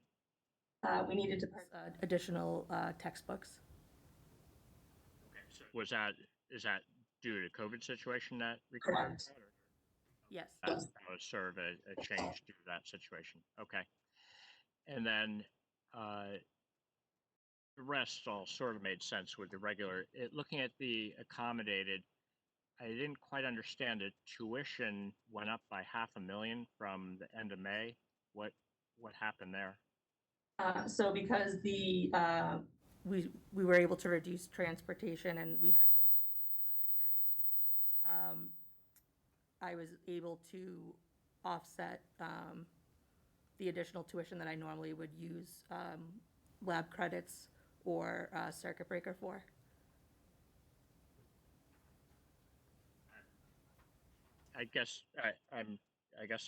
You're saying instead of using $500,000 of circuit breaker, you were able to run it out of the regular budget? Is that what you're saying? Correct. Circuit breaker money go to then? That will carry over to next fiscal year. Oh, okay. So okay. So what account does that show up in? Circuit breaker, it's a special fund, it's not on here. Okay. So that's conceptually, I might think of that as a revolving fund or something effectively. I realize. It's a fund. It operates in a similar way. Okay, so, all right, so it sounds like this was a mechanism to essentially get $500,000 into next year that would otherwise have been, if it had been handled in the normal way, the circuit breaker would have applied to this and the extra $500,000 would have gone back to the town. So by applying it this way, you're able to carry $500,000 into next year. Is that the right way of looking at this? Yes, so historically, we have not, we've been using our circuit breaker in the year that it's received. The way that most other districts function is that they have a one-year reserve of circuit breaker so that we're not budgeting revenues that we're not sure. You know, sometimes circuit breaker doesn't get fully funded. If, you know, Yeah. it comes in lower than our 72%, we don't end up getting sort of caught there in the year. So over the past few years, I've been making an attempt to increase our balance in our circuit breaker so that we have that sort of little bit of reserve, so so we don't run into any trouble if there's if circuit breaker doesn't get fully funded. Mr. Riley, we don't control the state budget on the circuit breaker, so if they cut one of the payments, we would actually, again, as Nicole said, we would have some ability to absorb a state shortfall in their budgeting. Conceptually, it makes total sense to have it operate a year afterwards, just because then you know exactly what came in, obviously. So I can certainly understand that. Obviously, the timing of it being $500,000 this year all at once is kind of a big delta from where we had been. And I certainly understand your desire to hold on to as much of the balances as you can. Just wanted to make sure I understood the mechanism there. Okay. All right. Let me just see. I think that might be it here. One moment. That's it for this part. Thank you. Thank you, John. Okay, are there any other questions or comments on the financial report? I have one question. So Nicole, the circuit breaker money, what does it get used for? Is it, Circuit breaker funds can only be used to pay for tuitions. so it goes to special ed tuitions? Yes, So is it, does it offset the accommodated account? yes, Oh, okay. So, Mr. Ryler, if you're still listening, the circuit breaker money is used to offset the tuitions, the out-of-district tuitions, correct? yes, In the accommodated account. So it protects us from having to ask for a large amount of money unexpectedly when a student moves into the community, or more than one student, and we have expenses that exceed what we've asked for. So I just want to be clear, we don't throw parties with it. We use it on tuitions for out-of-district students.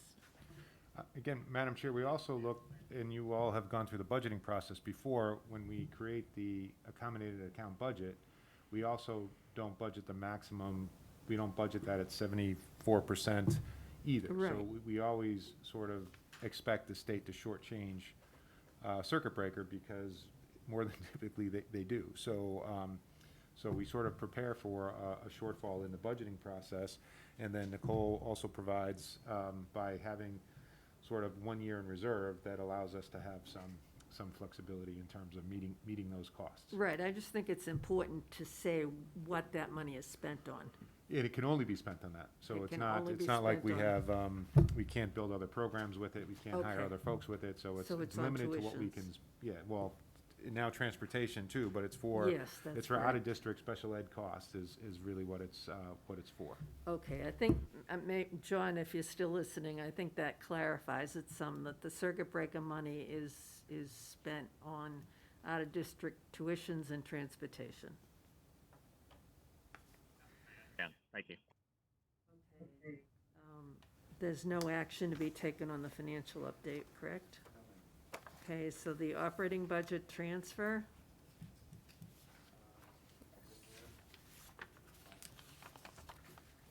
Okay, Ms. Kasha? yes. No, I'm gonna say, it's how it's written, Ms. Kasha. Ms. Is Kasha is requesting. requesting approval by the school committee for an operating budget transfer between salaries and expenses A formal vote of the school committee is required per school committee policy DJB.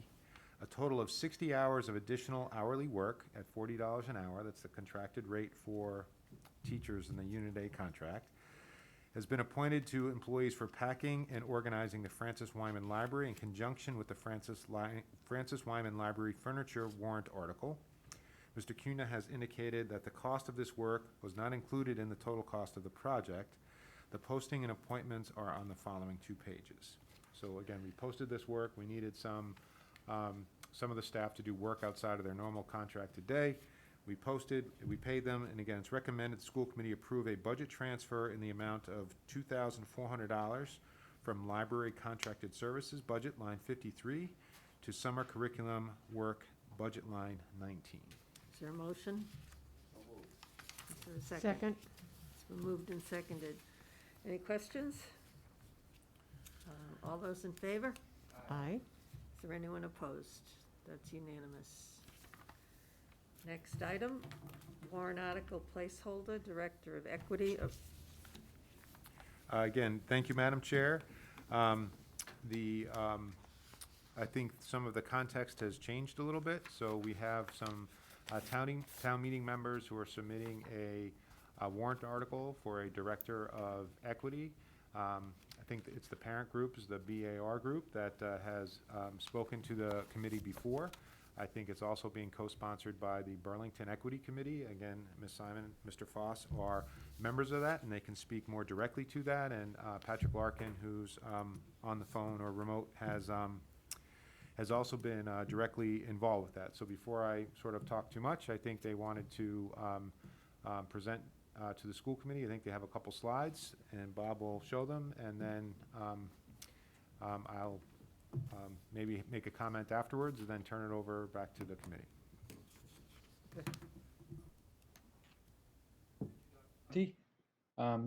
Members of the school committee, it's my pleasure to speak on behalf of the Equity Committee tonight. We're over 40 members at this point, composed of parents, students, staff, and 2 committee members. And we've spent a lot of time over the last few months refining this presentation.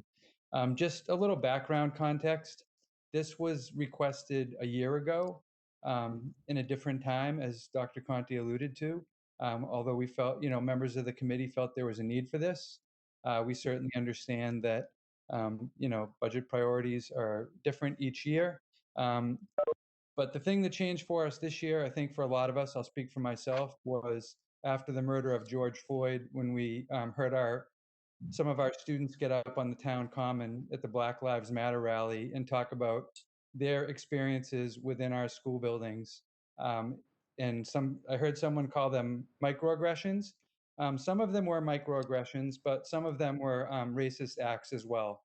And we feel we want to be better than that in Burlington Public Schools. So I just want to, again, thank you for your approval of the anti-racism resolution back in an earlier meeting. And the last part of it, I'm not going to read all of it because you approved it, you know what it says, but I think it is important to read each of those bullets. And whereas it is the responsibility and what we're saying that we're responsible for, because the Equity Committee feels strongly that the resolution at the end of this, that the Burlington Public Schools and all the school districts in the Commonwealth must guarantee that racist practices are eradicated and diversity, equity, and inclusion is embedded and practiced for our students, families, faculty, and staff. We don't believe all these whereas comments will be accomplished without this person in place to make sure that this is happening and being guided on a daily basis. So it's my pleasure to introduce a couple of folks to help with this presentation. One is Sarah Shake, who you know well. Sarah's a BHS senior. She's the school committee advisory board member from our student council. And we have Martha Duffield, who is a Fox Hill parent of 2 students and also president of the group Burlington Against Racism. So I believe Martha's going to speak, then Sarah's going to speak, and then I'll say a few words, but turning it back to Dr. Conti. So Martha, go ahead. Thanks, Patrick. And thank you to the school committee for your time and attention to this issue. We hope that this presentation will answer some of the questions that were raised during the last meeting. So as Patrick said, BAR has partnered with the Burlington Public Schools Equity Committee to prepare this presentation. And what we wanted to highlight was the action plan that was made by many of the members on the Equity Committee. And the first part of the action plan is to hire a director of diversity, equity, and inclusion. Other components include updating this action plan for a multi-year plan to dismantle racism in the Burlington Public Schools.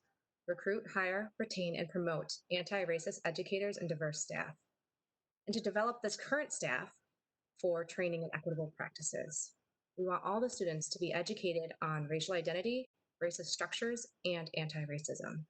We want to provide direct support to Black, Indigenous, and people of color students and staff. As we've noticed, we need an incident response plan to address acts of racism and discrimination. We need a protocol for what students can do and for what the faculty should do in response. And we should just conduct an equity audit where we go through and review all of our policies and try to find areas where maybe some policies are more discriminatory than we would have thought.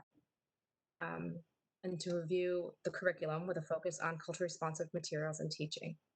Finally, we want this position to be able to strengthen family and community engagement and provide them support. Next slide, please. So, as you can see from the action plan, the cornerstone of this is to hire the Director of Diversity, Equity, and Inclusion.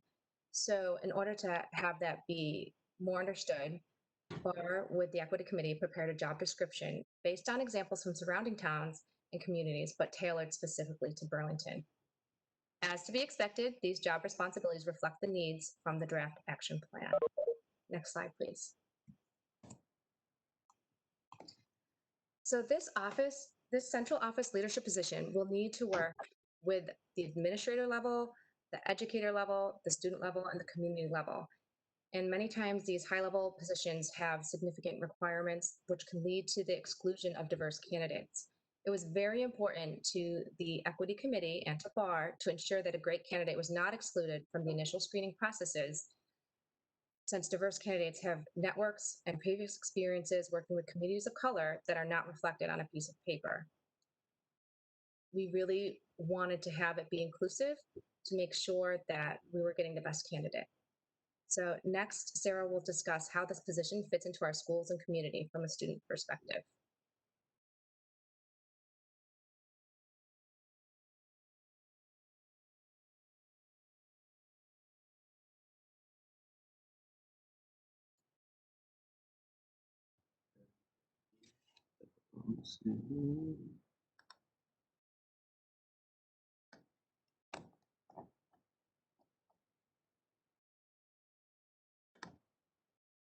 Sarah, can you hear us?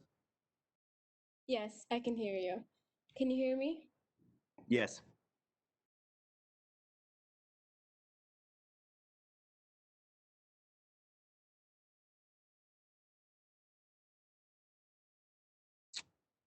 You're all Maybe- set, Sarah. Yeah, okay. So my name is Sarah Sheikh again. I'm part of the Student Council Executive Board representative to the school committee, and I feel very fortunate to be one of like the only student voices around here. So right now, can we go into the next slide, working network? So we believe that the job of the director would be mostly to serve these three communities. The first one being the school community, which consists of principals, faculty, staff, and especially students. If you talk to any students, they would know that they would want someone who is aware of the problems and the issues that we're facing, and they're experienced enough to help us solve the problems in our school system. As students, we need this change as soon as possible, and we believe that having a director, a person who's in charge of working with us and for us, is the most beneficial way to provide change in our school system.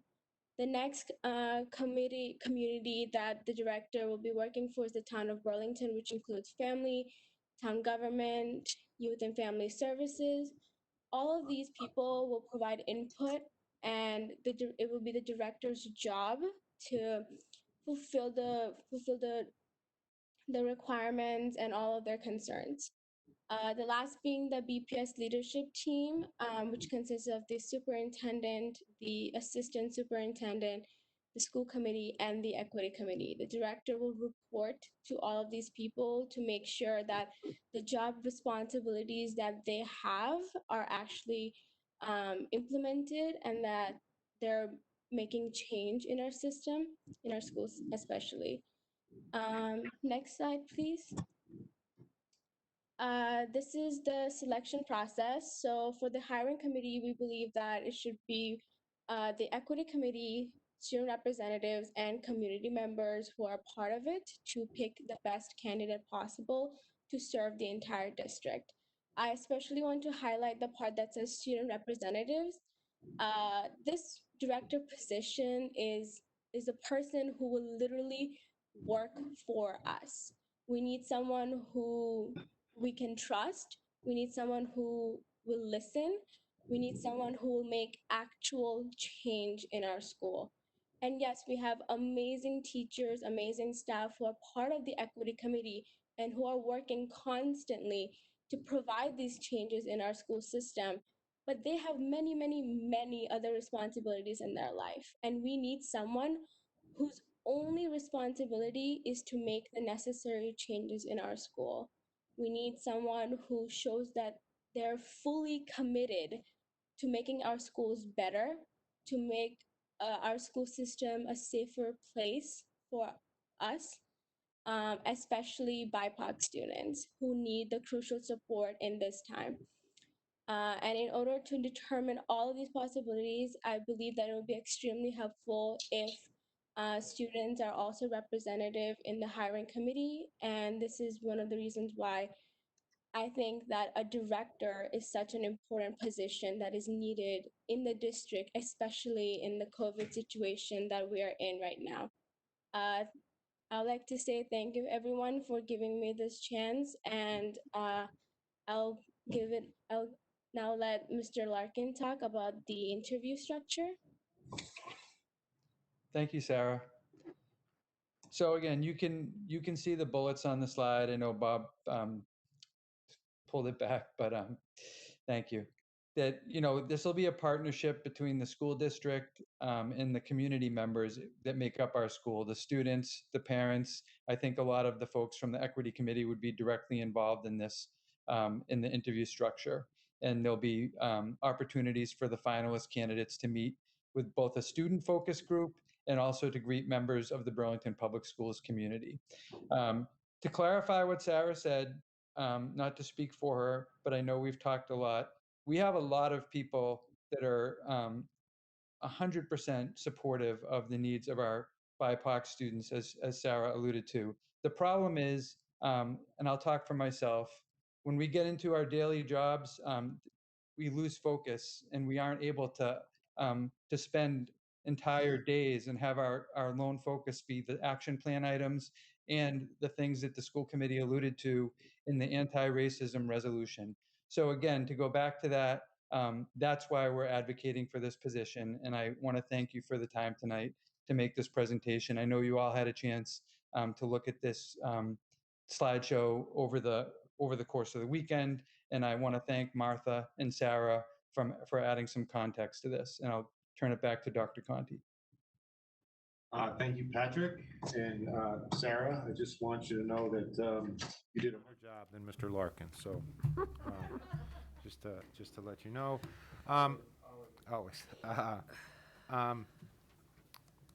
Again, I think a lot of the conversations certainly have focused around, and I think some of the people who have spoken to me, this is a challenging topic because you have to acknowledge that there are issues and that there are biases and racist practices sort of built into our institutional history. And sometimes they can go unnoticed, especially if you're sort of comfortable with the way things are. We are not colorblind, and I think that sometimes people use that word that why are we focusing on our BIPOC students and not others? I think, again, school districts have done this for a long period of time. We have directors of special ed who advocate strongly and constantly for students with disabilities. They make sure our policies reflect their needs. They make sure our practices reflect their needs. Again, in Burlington, Mary is a strong voice on a district leadership team to make sure that perspective is not lost in our decision making, and not as an afterthought, but as sort of a beginning point. I think we're working with the union now to develop a director of ELL. We have enough ELL students where we're going to need that sort of advocacy as well.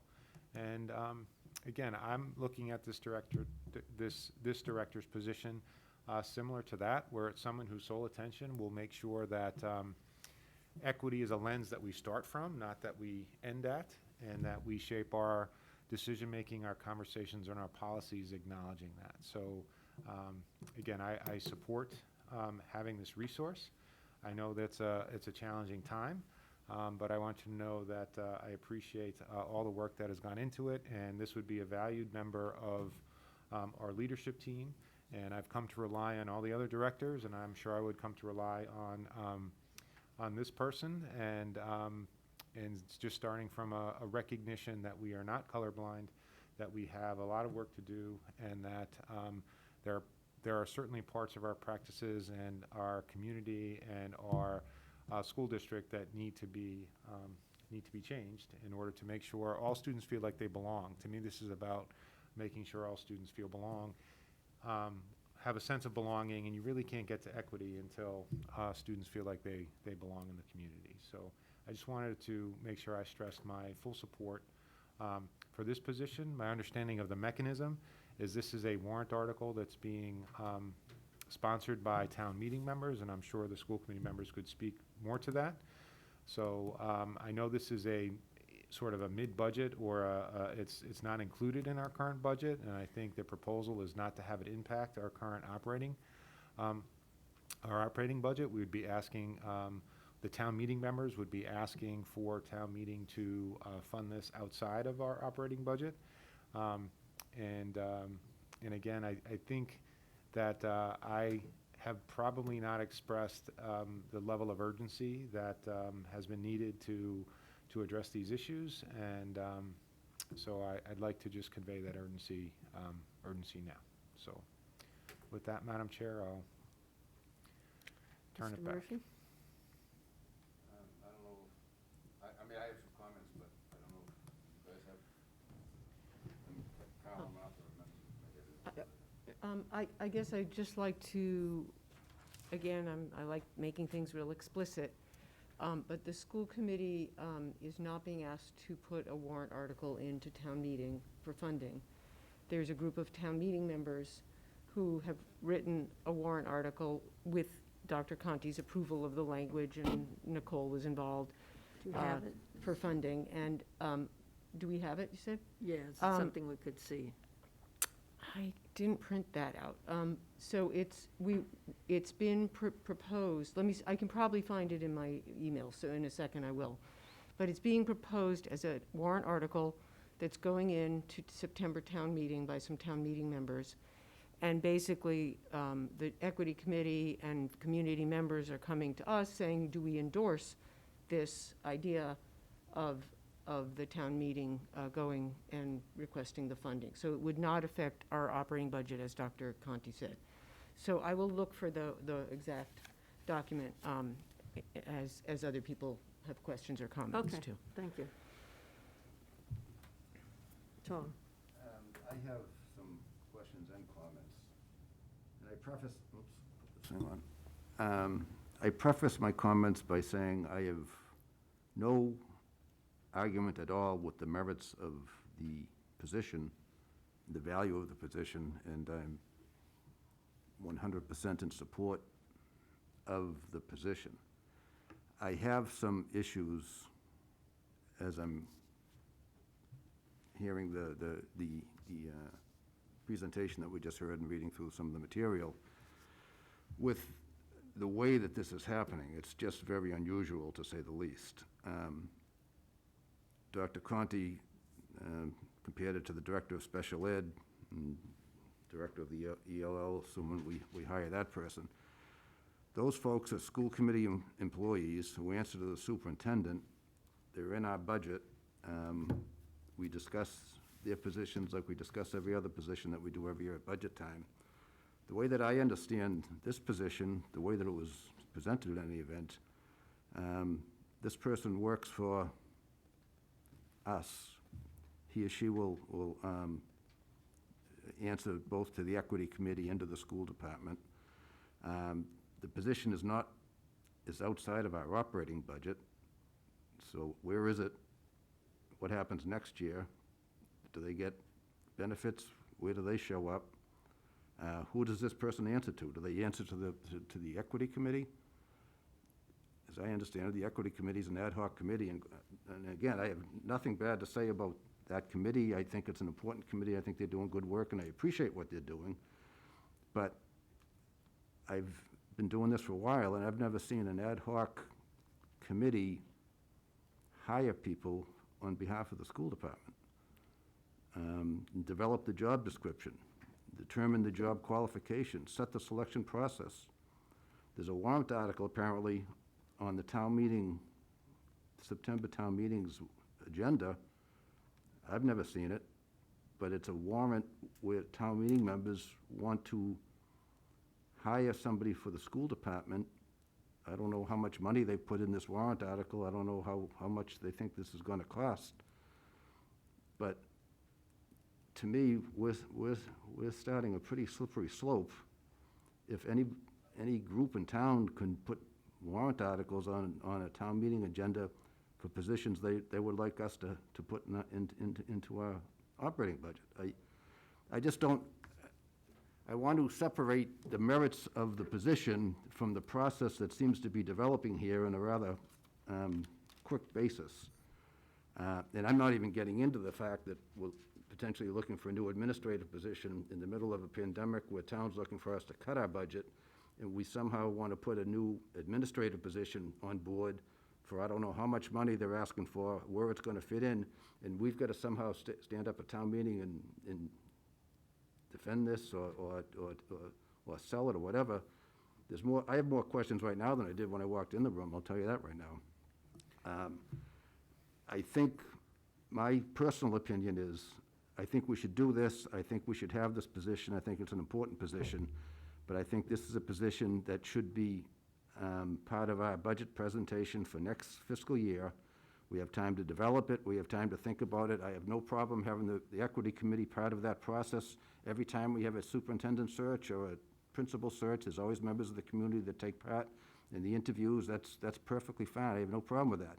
But at the end of the day, it's the school administration that hires somebody, and it's the school committee that makes those decisions as well. And I think we've got to follow that process.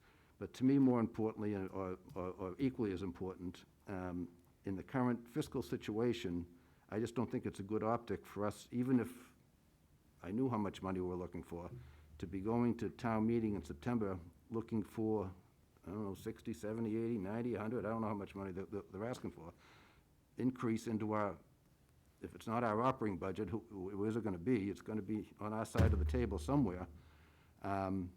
It's not a good optic. This is not the time to be doing that. I'd be curious to what Ways and Means has to say about it, but I think I've got a pretty good idea.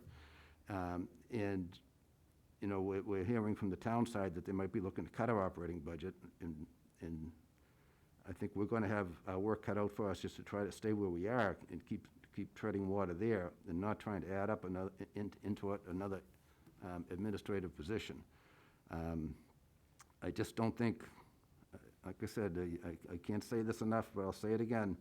I agree with the position. I'm in favor of the position. It's an important position. But I think we have to do it right if we want to really have a likely chance of getting this approved. I can't legally, how can there be a warrant article for money to be spent by the school committee that hasn't been voted to be put on the town meeting agenda by the school committee? There's a whole bunch of holes in this thing that I just don't see are gonna add up. And I think it's a good idea that's veered off in the wrong direction in people's eagerness to get it done. And like I said, I'm fully in favor of getting it done, but if we don't do it properly, it's gonna come back to haunt us in a number of different ways, so. I'm not even sure there's an action in front of us for tonight, because it's not our warrant article and nobody's looking for us to ask it, but I can't support this proposition, the way that it's been structured and the way that it's been trying to set up financially and the timing of it. I just think it's all wrong. I would prefer that we develop the job description, develop all of the things that the Equity Committee has certainly started doing for us, or assisting with it, put it in our budget request for next year, and in the meantime, we'll do the best we can getting through the end of this year, and I understand the immediacy of the need, but we have administrators in place that could make it through till next spring, and then we could, in my opinion, do it the right way. So that's my 2 cents, Madam Chairman, and I'll shut up. Eric? No, again, Mr. Murphy, I think I'm probably responsible for some of the confusion, and I do think some of the mechanics need to be thought out. But I think the general message is that this has been a position that we've started in our budget for before, I think last year, and I think what is being conveyed here as well is just, I think, a higher sense of urgency brought on by some of the events that have occurred. So again, I just, again, I think maybe we have to rethink some of the mechanism.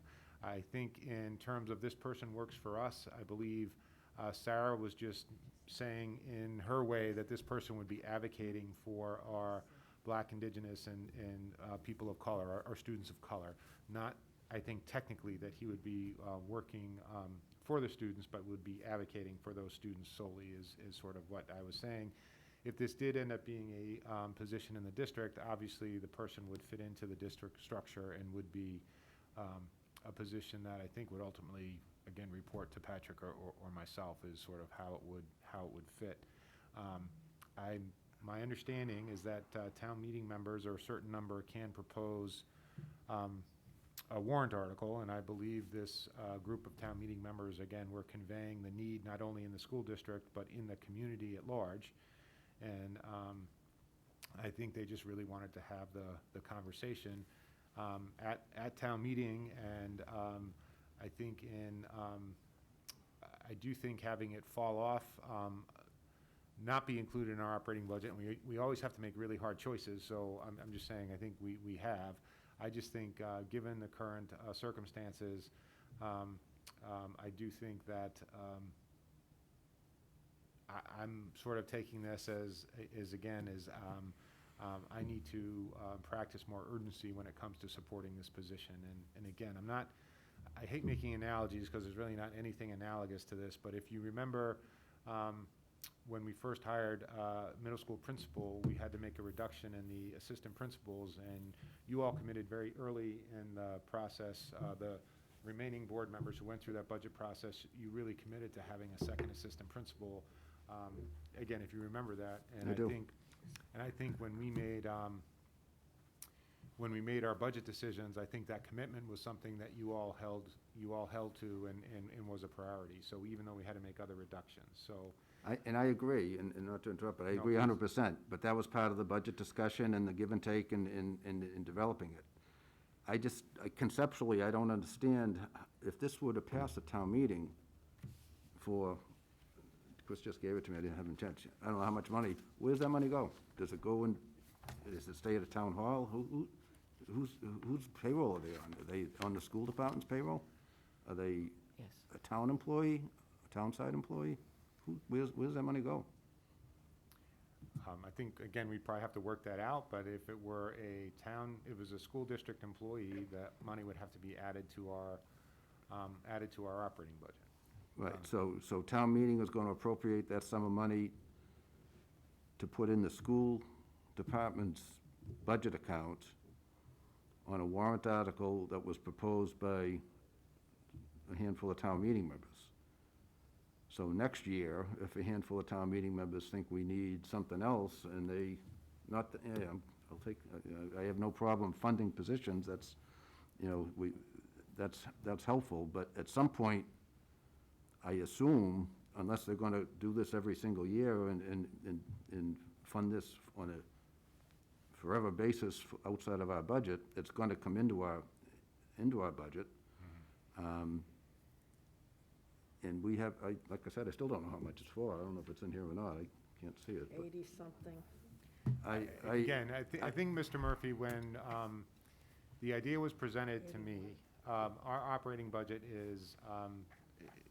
doesn't have this sort of room in it to begin No, I with. agree. That's why I think we should wait until next spring, when we have the same discussions that we have every year, and if we have to fit it in by moving something around like we did with the assistant principal situation, you know, we'll do it. I'm guessing everybody at this table is in favor of the position and recognizes the need, but if we don't do it right, we're gonna get lambasted at town meeting.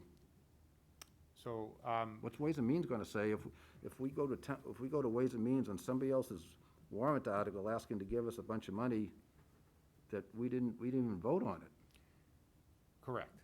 So I guess what I would say is maybe the conversation at town, again, my understanding is that town meeting members can sponsor a warrant.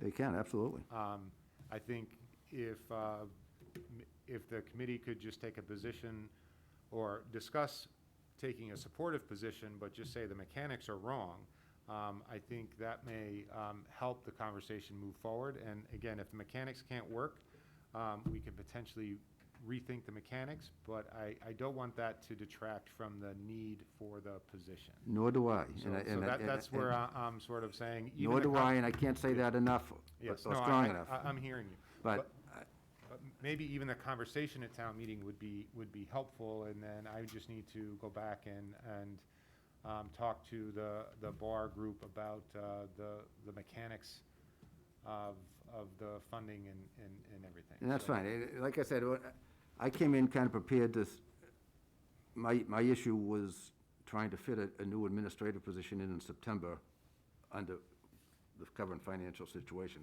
I had a conceptual problem with that. Yeah. But now you throw out all of these other logistical issues, which I wasn't aware of really till I heard the presentation. I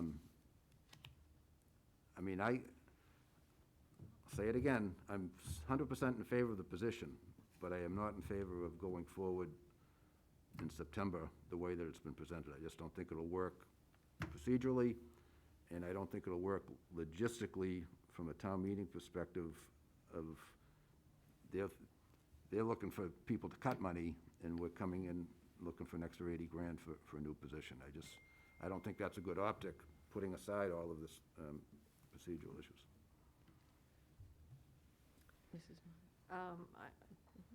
Bob is telling me that Sarah Shake is raising her hand since she presented. Why don't we let her speak? Sarah, thank you for holding your hand. I tried to message you so you knew that we saw your hand raised. Your address in the school committee, please. Go ahead. Okay, first of all, I just want to say that yes, I'm the only student here, and I feel I have opinions, and I know that I might not be too experienced to, make this a big statement, but I have a voice. I do not apologize for having a voice, and all I want to say is that if you, I'm saying this generally for everyone, if you heard student who graduated from our high school at the vigil at the Black Lives Matter protest rally that happened, you would realize how big of an issue this is, and it's actually just going to get worse and worse if there's no action taken. I have friends, I have classmates who have faced many horrible like incidents regarding racism and discrimination. Even if I'm not the one who has been directly affected by it, I know that so many people have been, and they are not all here to say anything. They're not all here right now. I'm here for them. I'm here.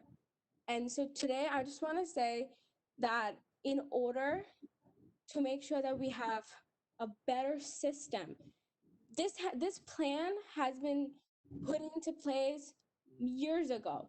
I, including myself, presented to the school committee as part of a presentation from the ideas committee proposal that we would like to hire a district-wide equity coordinator. This happened in my sophomore year, and I'm right now going in my senior year. I'm pretty sure that this was probably a discussion somewhere along the way, but it was never ever prioritized. And yes, I get it. There's budget problems, and I'm too young to understand budget problems. I totally understand that. But if we keep on moving this, and by saying that we'll take care of it next year, we'll take care of it 2 years from now, whatever, it's going to keep on going and going. This COVID situation might not even be gone by next year. And the budget problem is still will be there. It will still be there. So I know I might be going out of my place right now. I'm just a student. I get that. But this director position will probably be the only resource and communication that us students will have, especially BIPOC students. We need someone who we can reach out to when there's incidents that are happening, and they happen on a constant basis. And even myself, I don't know what to do. I don't know what to do. And we need someone who we can go and reach out to. And again, I want to say I'm really sorry for being this so emotional, but I would like to just say that I'm passionate about this. I'm extremely passionate about this.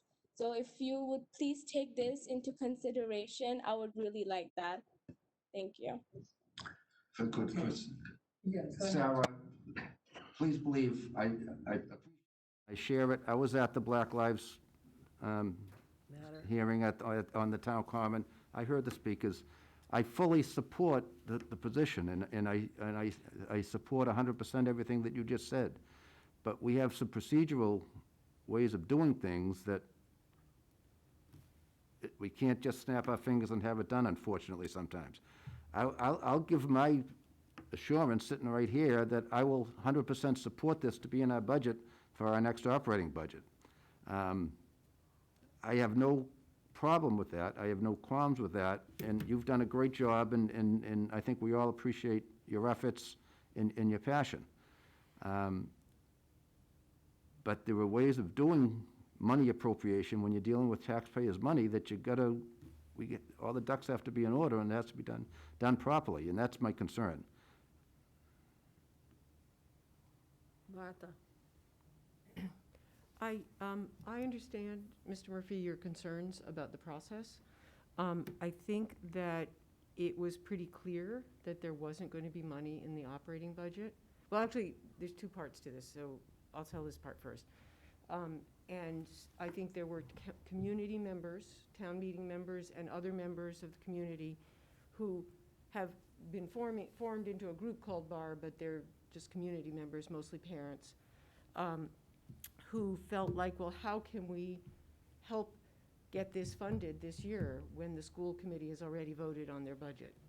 Town meeting, it isn't that interested in giving us money after we vote on our budget for the schools, understandably, but there were town meeting members who felt so strongly that they wanted to do this. So they worked with Eric and with Nicole, and the wording, the article is a school department salary article. So I think that the people who worked on it thought that would address one of your procedural questions. It would be a school department position. It would be under Dr. Conti, is my understanding, and that kind of thing. The other part of it is that, if I can remember, that the presentation that you got in your packet was a little different from what you heard tonight, which may not be the final way it gets done. That's the other thing. In what Dr. Conti said a few minutes ago, the mechanics of it could be redone. But it wasn't some outside group that came in and said, this is what the job description should be. It was the district-wide equity committee that's been discussing it. So maybe this is a proposal from the people in the district, Mr. Larkin has been heading that committee. Mr. Foss and I have been on the committee now for a couple of months. And this is the proposal. There's a proposed draft action plan. And the first thing on it is to hire a director of equity inclusion, which we all agree is something that would be really valuable. So I think that, you know, if the job responsibilities or the lines, you know, if the job qualifications need to be reviewed by Dr. Conti and Mr. Larkin, if the exact lines of who goes where need to be changed, I think those are certainly,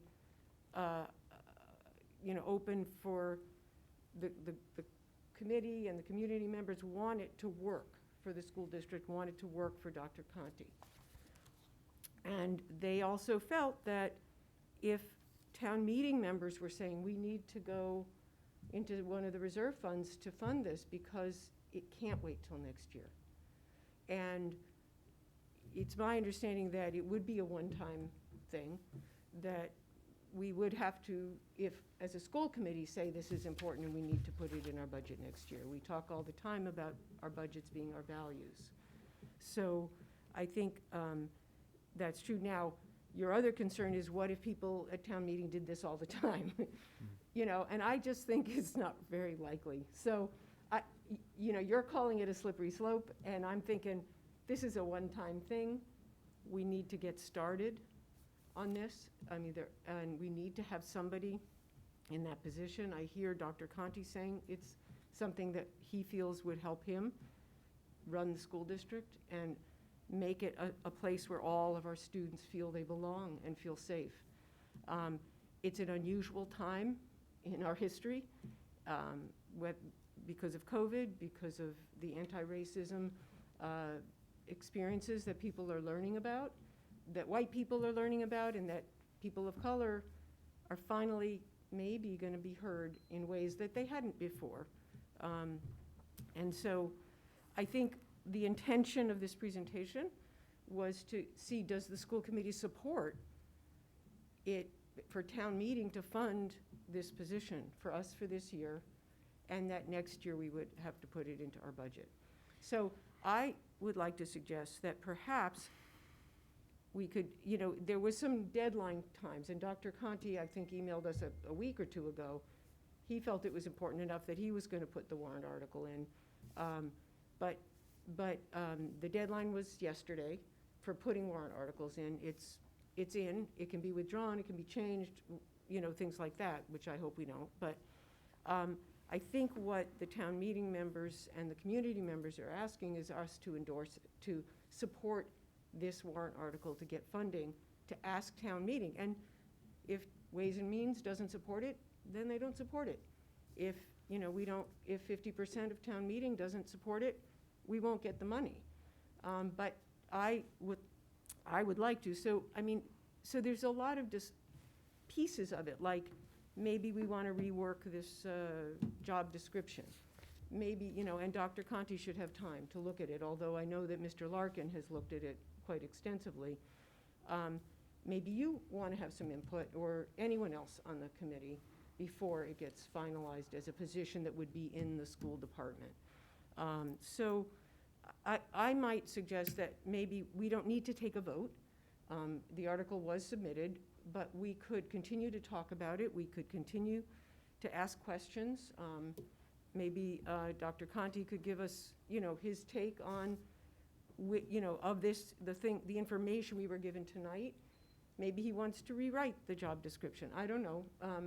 But that seems reasonable, because I know that I was involved from a couple of weeks ago because of being on the equity committee. I've been more familiar with it. I've looked over the job description, et cetera, and some people on the committee haven't had that opportunity.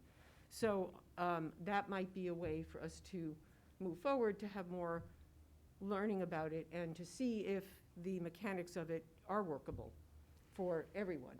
As far as I'm concerned, they're workable, and I would like to support this warrant article as a committee, but I'm open to other possibilities.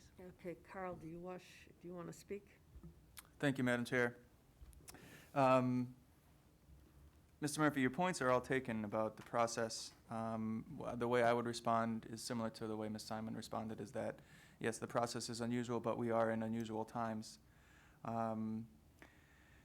And many of the administrators in the district have been attempting to do some of this work, but it really does require a full-time administrator to do the things that the district wants to do and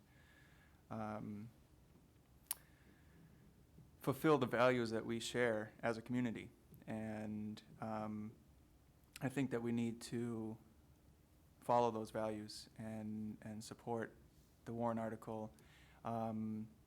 It is, for this, and the process is going to take a while. We'd have to find, assuming that everything goes through, you take some time to post the job and find candidates and interview them. And so the person is not going to even start for a while. But I do think we need to proceed with all appropriate haste in order to make sure that our values as a community are reflected in the way that we operate. And you mentioned optics as something that people will view the process, how does it look, the way that we handled this process. But I would submit that there is another set of optics in that if we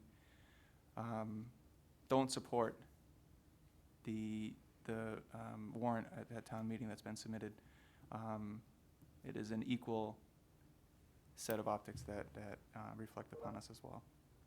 Thank you. Catherine? Well, again, I agree that it's a position that's necessary. We really need to, support it. But I have the same, I have a lot of the same concerns that Mr. Murphy does. I guess I'm just questioning, if we go through this process and then we add it to our budget, what happens? I mean, what if we can't get the funding? Do we hire somebody and then what happens?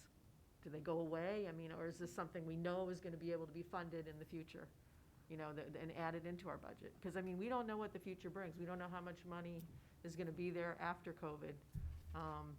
There's just a lot of concerns as far as the finance side of it. And again, I'm not saying let's not support it. I'm just saying I have questions as well. And there's not enough information in front of me on the finance side of it to just blindly go into something. So again, I think it's important to fill this position. Absolutely, 100% support it, but I haven't seen enough from the finance side. So again, I see both sides of it. I feel like we need to move forward as quickly as we can. I understand that because there is a sense of urgency. I just am not comfortable the way it's been presented and how it went through so quickly in the way. So. One other thing, if I could, Chris. Yeah, go ahead. And just to follow up and to Carl as well. I'm not even concerned about having it in the budget for next year because I'm confident we'll be able to do that. We go through that process every year and things come in and things go out and we prioritize what we need, and I think this is a priority. So if this were to be voted in September and we went out and hired an equity director for $82,000, whatever the number was, that will appear in our budget next year and we'll make it work. I'm not all that concerned about that. I'm just not sure, and maybe Darren hasn't answered it. I've never heard or seen a warrant article for to have money appropriated to the school committee that wasn't put on the warrant by the school committee. So that's not my biggest problem, but my biggest question, I think, is I'm not sure that this can work. Even if we all are in favor of it and we'd love to have it work, I'm just not sure it can. I don't know that they can do that. I think the selectmen would probably, if it's a town meeting warrant, wouldn't the selectmen? Yeah, I mean, the town meeting, you can get 10 members of the town meeting to ask for whatever they want to ask for. If it's a general fund matter, it goes into the selectmen, and that's fine. But just the way that school committee and school department finances work, we do our own thing. We're in charge of our own money, and I'm not sure, maybe I'm wrong, but I've never seen it, that some other group appropriates money for the school department without the school department having approved the warrant article. We can't, we have to have our warrant articles in by a certain time every year for whatever capital programs that we have. And that's us asking for money to be used on school equipment or school properties or whatever. Here is a group of town meeting members asking for money to be put into the school committee budget. Like I said, maybe I'm wrong, but I'd be curious to what Darren has to say about that. I'm not sure it works.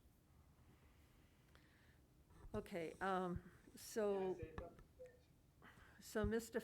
Foss called me the other day and told me that rather than having the school committee sponsor this article, that possibly there was some town meeting members that would sponsor it. And I kind of expressed the similar concerns to Carl, that I didn't know about the process, how it would work. And I share the concerns that Tom has about the process.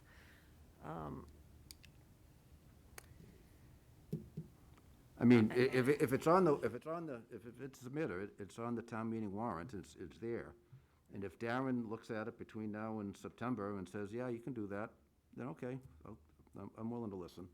But I just want to get some I don't want to look foolish standing up at town meeting floor and having town council who sits up there next to the town clerk stand up and say, no, you can't do that.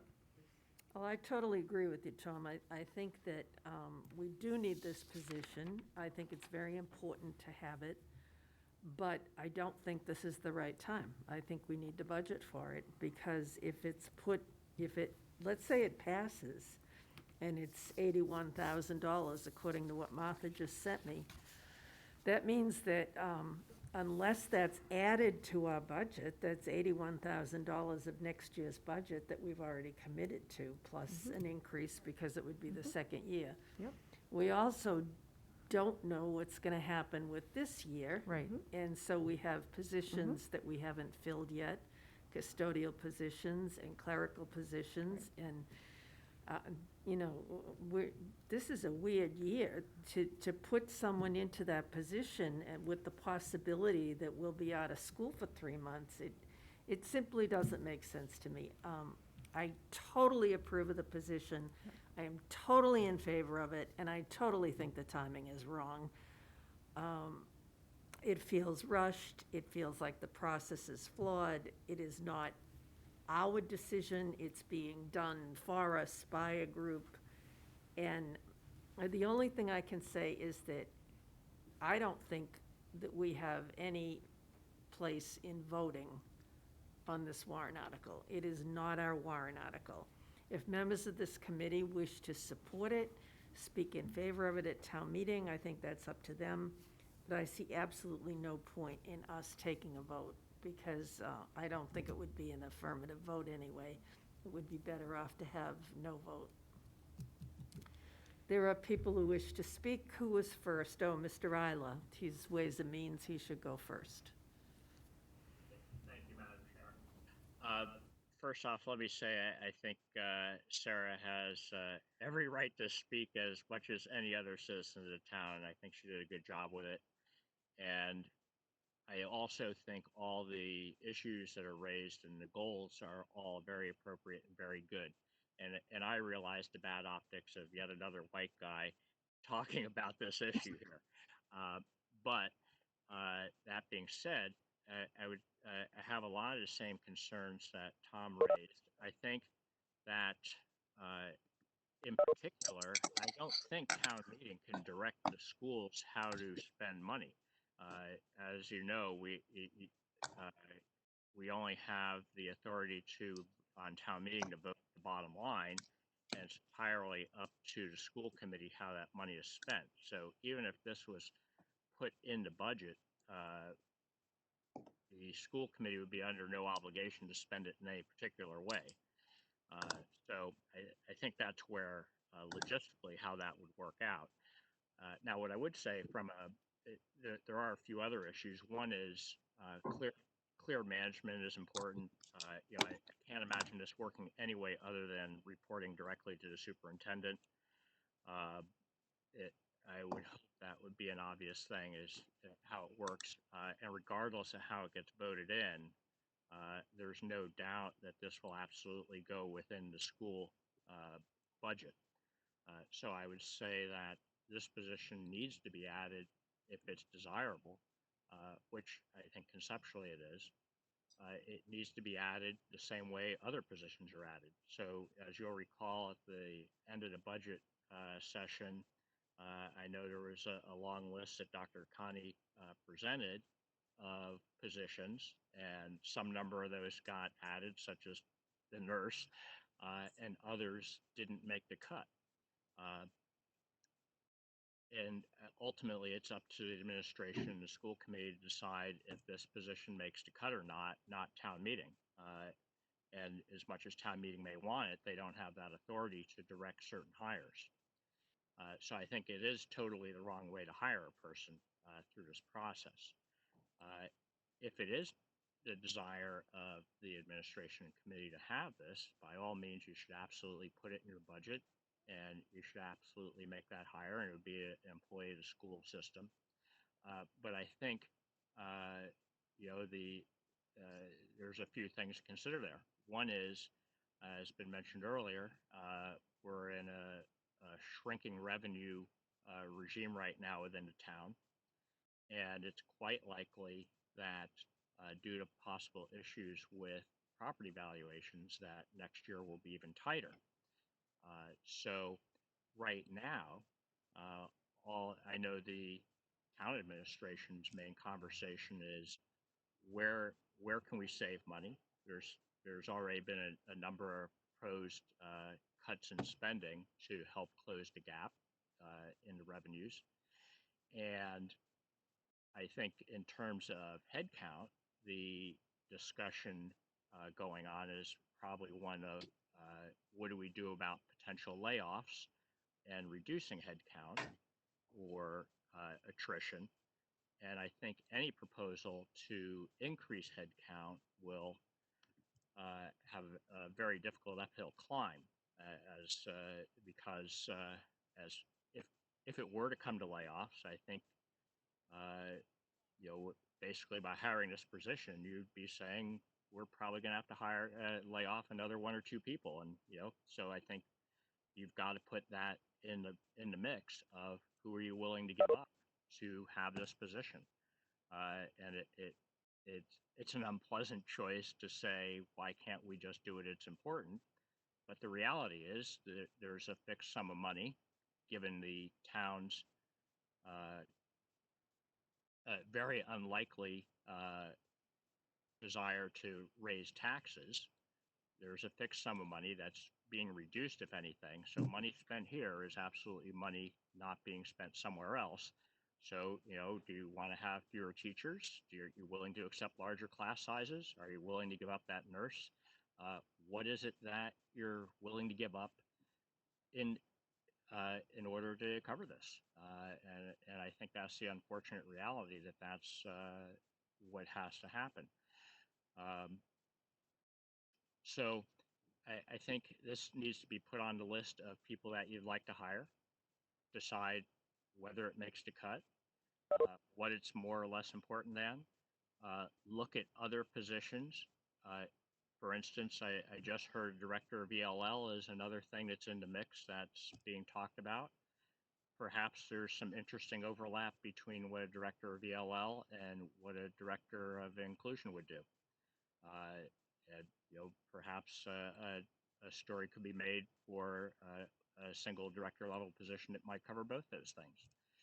So there's a lot of opportunities here to look at this in a variety of ways. But uh, I think this article would have difficulty passing when I'm confident a few minutes before the presentation of this will be a lengthy one by the administrator and the town accountant about here's our dire financial situation and what the kind of things we need to be considering. So I think realistically, it's going to be a real challenge to weigh against that. And, the argument could be made that this is so compelling we have to do it no matter what. And certainly welcome to make that. But ultimately, it will be in the school budget, and ultimately, you're going to need to figure out what you're willing to give up effectively in order to fund this. So I think those are the challenges ahead, and I think it's going to have difficulty finding support with Ways and Means and with the town administration. So there needs, as much as I'd like to make an argument that for social reasons and for societal reasons, this is important to do right now, you better be able to make the financial argument because that's ultimately going to be a deciding factor in this, I believe. Thanks.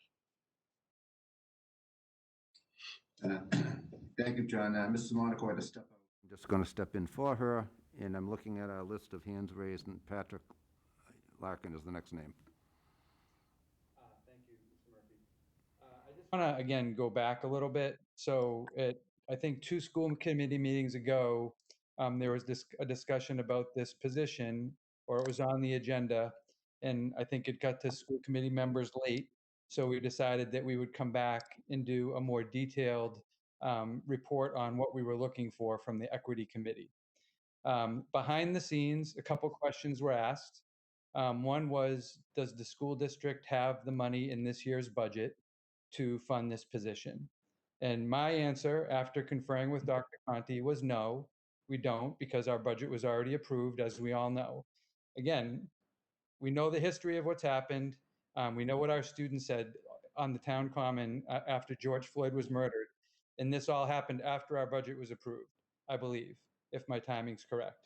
At the last equity committee meeting, since we said our school budget will not be able to fund this, there was talk about the fall town meeting, and that we knew that the timing of this committee meeting was the day after that the warrant articles would need to be filed. I do believe Dr. Conti shared with the committee that this discussion was happening, and I believe the intention of the folks that from the bar group, who are also members of our equity committee, was to have a group of people, a joint effort in pushing this forward to town meeting, not taking it off the school committee's table. I don't think that was the intention here. So I'm just telling you the conversations that happened behind the scenes rather, and with the equity committee, because I've been a part of all those meetings. We've met 3 or 4 times since this position was initially discussed, as I said at a previous meeting, and you asked for us to come back with more detail. So tonight was more detail. And again, that placeholder was meant to be a joint effort of the school committee and some members of town meeting. Wasn't meant to be somebody going off on their own and doing this work. So if there's anything that was done wrong, I'll take the blame for that, because that's my my incompetence with the process. If I may just... Thanks, Patrick. And I'm not looking to assess blame. I think everybody's heart's in the right place here.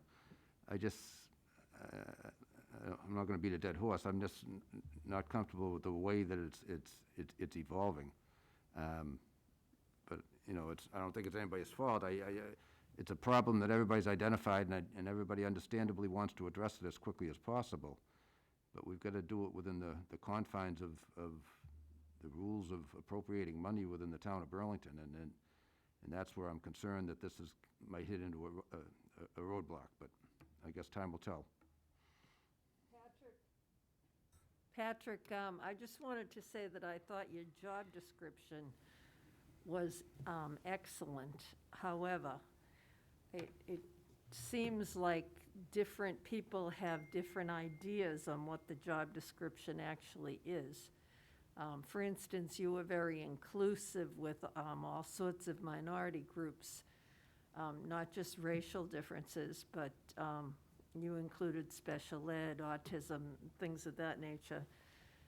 But I haven't heard much discussion about that, and I want to be sure that when we actually go into this process that we have all of our bases covered.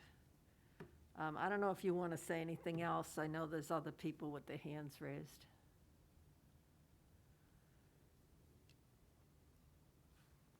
I have nothing else to say. I don't know if you're talking to me. Yeah. I've said enough for one night, so.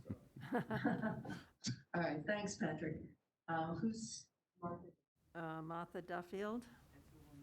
Yes, okay. Thank you. So I really kind of wanted to amplify Sarah's voice as a student who has had the courage to speak up to a bunch of people with positional power over her, people who are white, people who are older. I think that listening to the voices of BIPOC is very important at this time. And I think that many other schools and communities are doing that, and they're finding a way to support these students. And I feel like this position is imperative. I feel like the sense of urgency is now.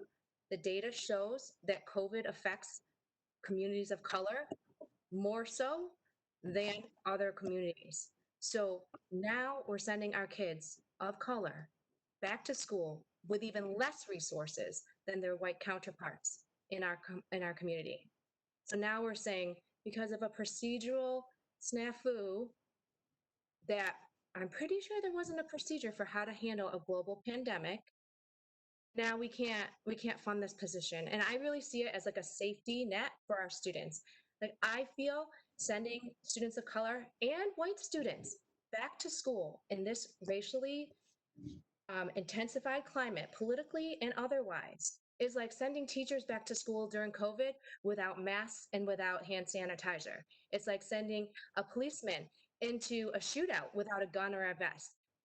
We know there's going to be more instances of racial discrimination. We know that our current system is set up to hold certain communities back that's part of the system between what we're teaching our students and how we're promoting our students, what kind of representation they have with the faculty and who they feel like they can speak to and who is safe. And we know these things. And what I'm hearing is we're going to let a technicality, you, with all the power, you guys have the power. Sarah doesn't have the power, you do. And so if you want to look every single person of color in the face and say, you know what, we think you're important, but not quite as important as everything else, then that's on you. But this is a moral case to support our students and to have them feel safe. It is urgent, it is imperative. We know there'll be more instances of this coming. And I think that to focus on a procedure is to look the other way and say it really isn't that important. Thank you. Thank you. Sherry Ellis? Thank you. Can you hear me? Yes. Great. I want to just mention the other speakers and how eloquently they speak, and I probably won't speak as eloquently as they do. And I wanted to speak to a little bit more of the mechanics. I'm one of the town meeting members who has my name on that warrant article. And certainly I've submitted a couple other warrant articles before, and I have a little bit of knowledge of kind of the process, and that's where I think I've tried to help out a little bit. However, I know what I don't know. So I'm not sure exactly what Mr. Murphy, I'm not sure I understand it all either, but I'm hoping that the school committee is willing to work through those mechanics. This is, as you all know, this is a draft in the sense of it is a placeholder, as Mr. Larkin said. And there is another deadline in another couple of weeks, which is the print deadline. And up until that point in time, this is really a draft on a piece of paper. And it's here for discussion for you folks to have, which you're doing that now, and I appreciate that. How the actual end result warrant article looks can be up to you. The school committee can sign on to that warrant article. There's nothing to say that you can't participate in that and join the town meeting members as well. And that could be a joint warrant article. And I would hope that, you know, as you say, it's evolving. We have time that we can get it right. That the dollar amount that is in there is not a set amount. It's up to a certain amount of money, knowing that this is a prorated, I guess that's the right terminology, a prorated salary. Ultimately, you're not going to hire someone on the spot, you know, 2 days after town meeting. There's going to have to be a time frame. So we don't know when the person would be hired through the end of this fiscal year. So that's something that, yes, there are some things to work out. But as both Dr. Conti said and Mr. Larkin said, there's time to work on that, time to work on those mechanics. And I sincerely hope that you do, because you all seem to say that you really support the idea. And I think it is time, and I think there is urgency.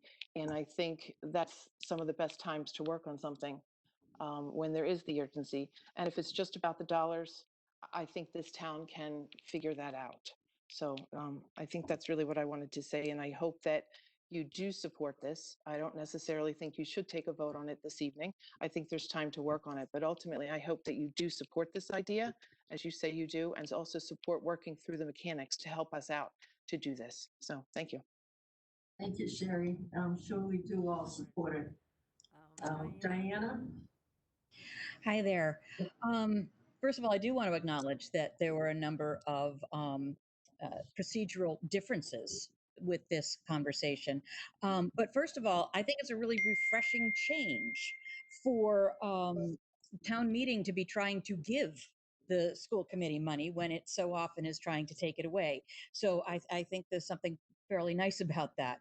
But this was a change in process for the BEA as well. You might have noticed that our logo is on that slide as supporting this. While I stopped being the president last Friday at midnight, I was the president when this vote went to our executive board. And we don't normally advocate for positions that are not in our units. We do not generally advocate for more administration, quite frankly. You can probably notice that over the years. But when it came to this position, we know our students. We know the struggles that they have. We know that the difficulties that they face on a day-to-day basis, and we know what they need. And they're not getting as much as they need when it comes to culturally responsive curriculum, instruction, and a community within our school system. And so we stepped out of our comfort zone and we did something that we don't do.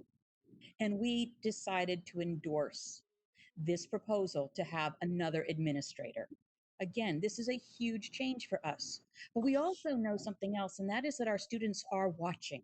They are looking to us to see whether or not we will speak up and stand up for them. And that's what we decided to do.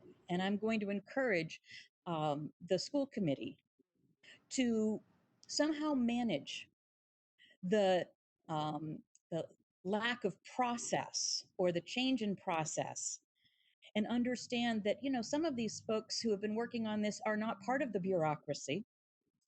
I think our students are getting one heck of a lesson in it tonight.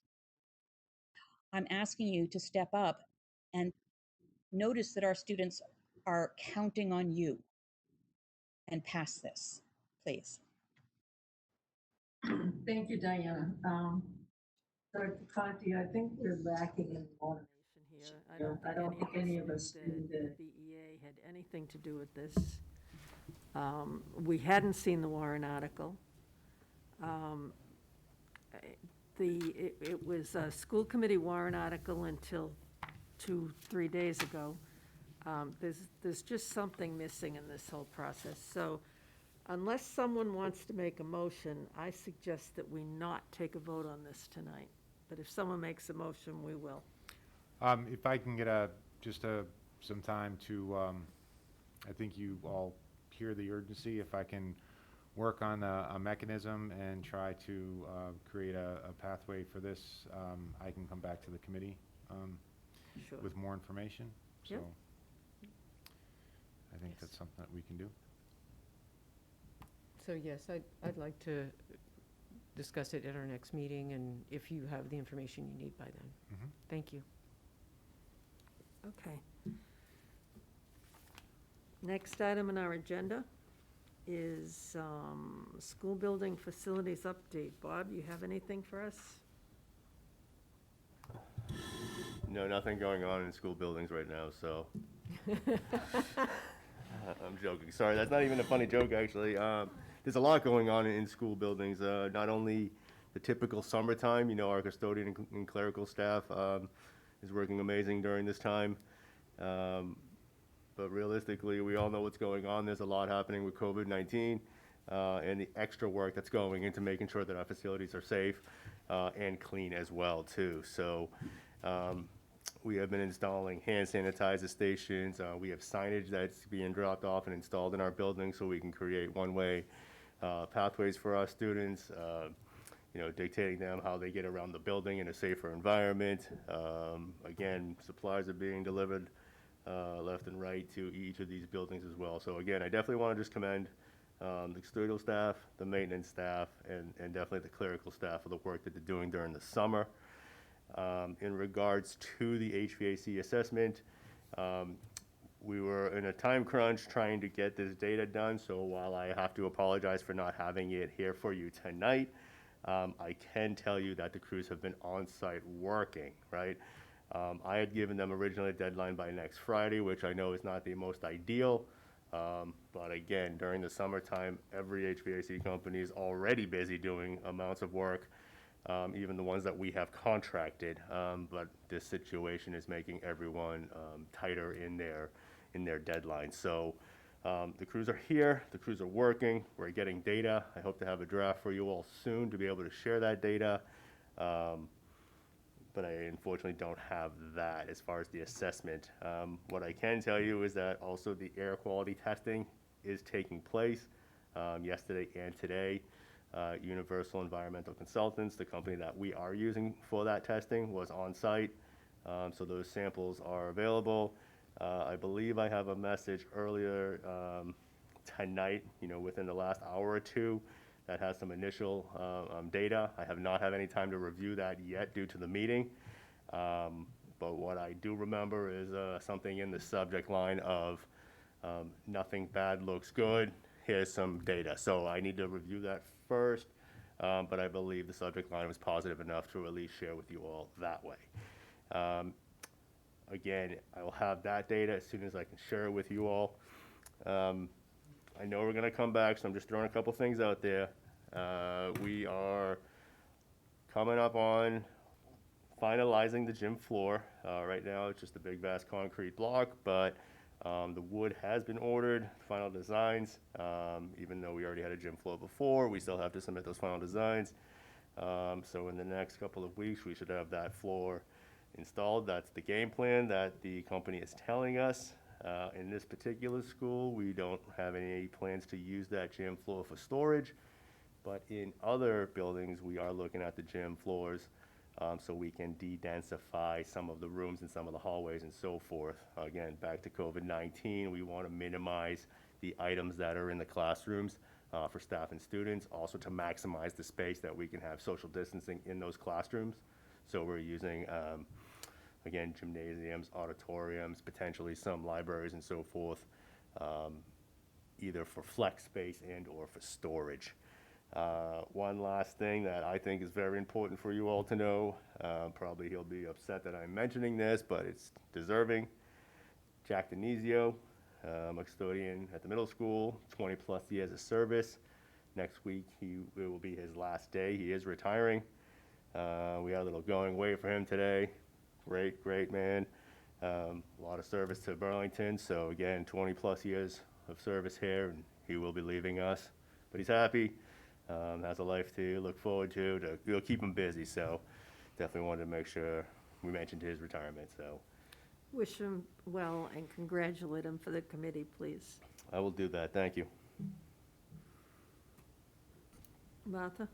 I feel like this meeting's gone quite long, but I was hoping at the next meeting, I know we talk about the buildings every time, if you could maybe give us an update on what's happening with our, I don't know which category to call it, but the consultants who are helping us with the Burlington High School HVAC renovation project, and if that is actually happening and what's happening, but maybe next time you could tell us about that. It's not the most important thing to talk about tonight, but I want to make sure it keeps happening, so, thank you. If I could just comment briefly, of course, during the assessment and the air quality, Burlington High School is being addressed as well, too. So we will have at least some new information. It may be the same old information, but we will have new information included in the reports. Okay, anyone have any questions for Bob? Just attached to that, so. Nope. You have a question? No. Okay. So, Madam Chair, it's sort of connected to the next agenda item as well. If we're going to go over the school committee calendar, but we do have a meeting scheduled for Thursday night at 5:30 with the Board of Health. Yes. That's going to be a Zoom meeting, so we're going to set that up. So that'll be a more typical, WebEx meeting. It'll be remote. Bob, you said you had some folks available from the environmental firm? Yep. So earlier today, I have reached out to 2 firms, the one that we're working with, mentioning that there is a meeting coming up. I have not got definitive confirmation, but both seem very positive that they would be able to attend in some form. Again, I'll check my emails more during the meeting or after the meeting, but I believe that we will have attendance from at least one, if not both, of the firms. So, again, that's scheduled, Sharon, for Thursday at 5:30? Correct. It's a WebEx, and I will, Susan Luminello is returning tomorrow, so I'll get her a copy of our plan and the early documents that we have. And then we've told people that we were going to make all of this information public, and we'll make it all public as soon as we sort of get the final report. So if I made it public now, I haven't even seen it, so I'm not even sure how to read it. So I think that's why we wanted some of the engineers to be available to answer your questions in terms of where we're at. Sharon, did you send out an agenda for for that meeting? Yes. Okay. So it's buried in my email somewhere. Okay. Thank you. All right, next item, last item on the public session is school committee meeting schedule. Again, Madam Chair, Sharon usually puts this together, as she does all the time, so these are the dates.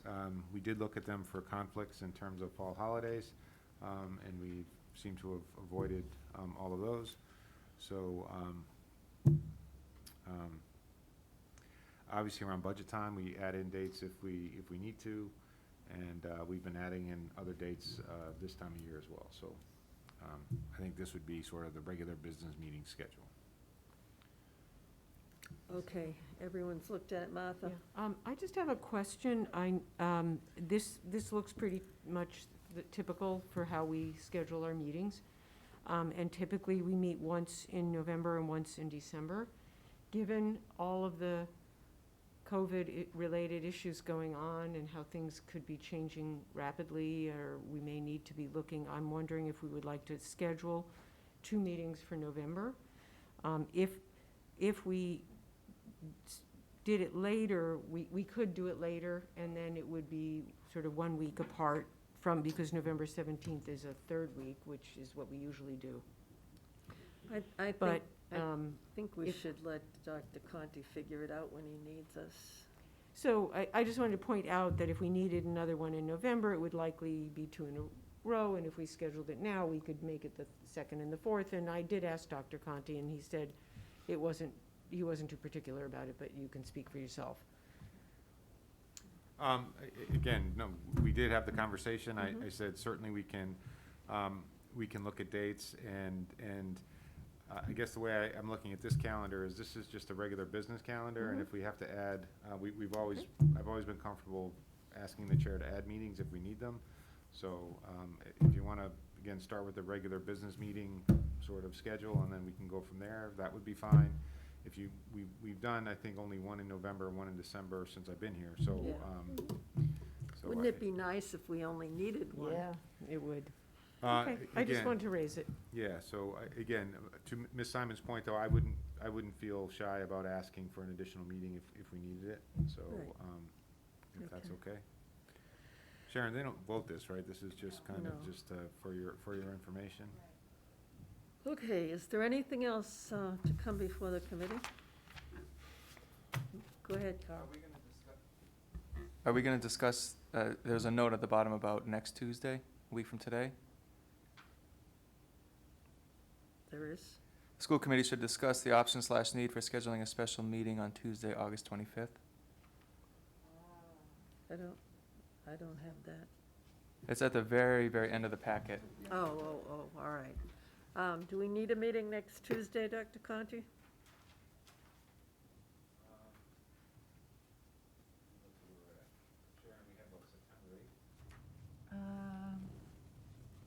Something like that. That would be the first one in September. Right. Sharon, how many days do we need for post? 3 days? 48 hours, not including a weekend. So if you need a meeting, I would we have to can let us post it know. by Friday Yeah, morning. I'm honestly not ready to say yet, Mr. Foss, so, Okay. but I think, well, if we do, I'll let you know, and we have 48 hours to get it posted, so, again, the purpose of it, or the reason I think it was even in the packet is, we may need to reevaluate the decision based on some of the environmental stuff that's coming in. Students don't start before September 8th anyway, so we would have time, even with your regularly scheduled meeting. But if things change that quickly, then I may ask for an additional one. So, but I think Yeah. September 8th does give us time to make some changes. But you're not anticipating anything? I'm not anticipating anything, no, but I just think, in given how things are changing, again, so frequently, that, I guess I put it on there just as a precaution. Okay. And I do think school committees are sort of reevaluating, their July 31st, or their August 10th, I'm sorry, decisions, as we get closer to the start date. At least revisiting them. Yes. Yes. So that's Okay. why I was there. Is there anything else to come before the committee? Motion to go into executive session. It's been moved. Has it been seconded? Second. It's been moved and seconded to go into executive session. Okay, so what's the language, Sharon? We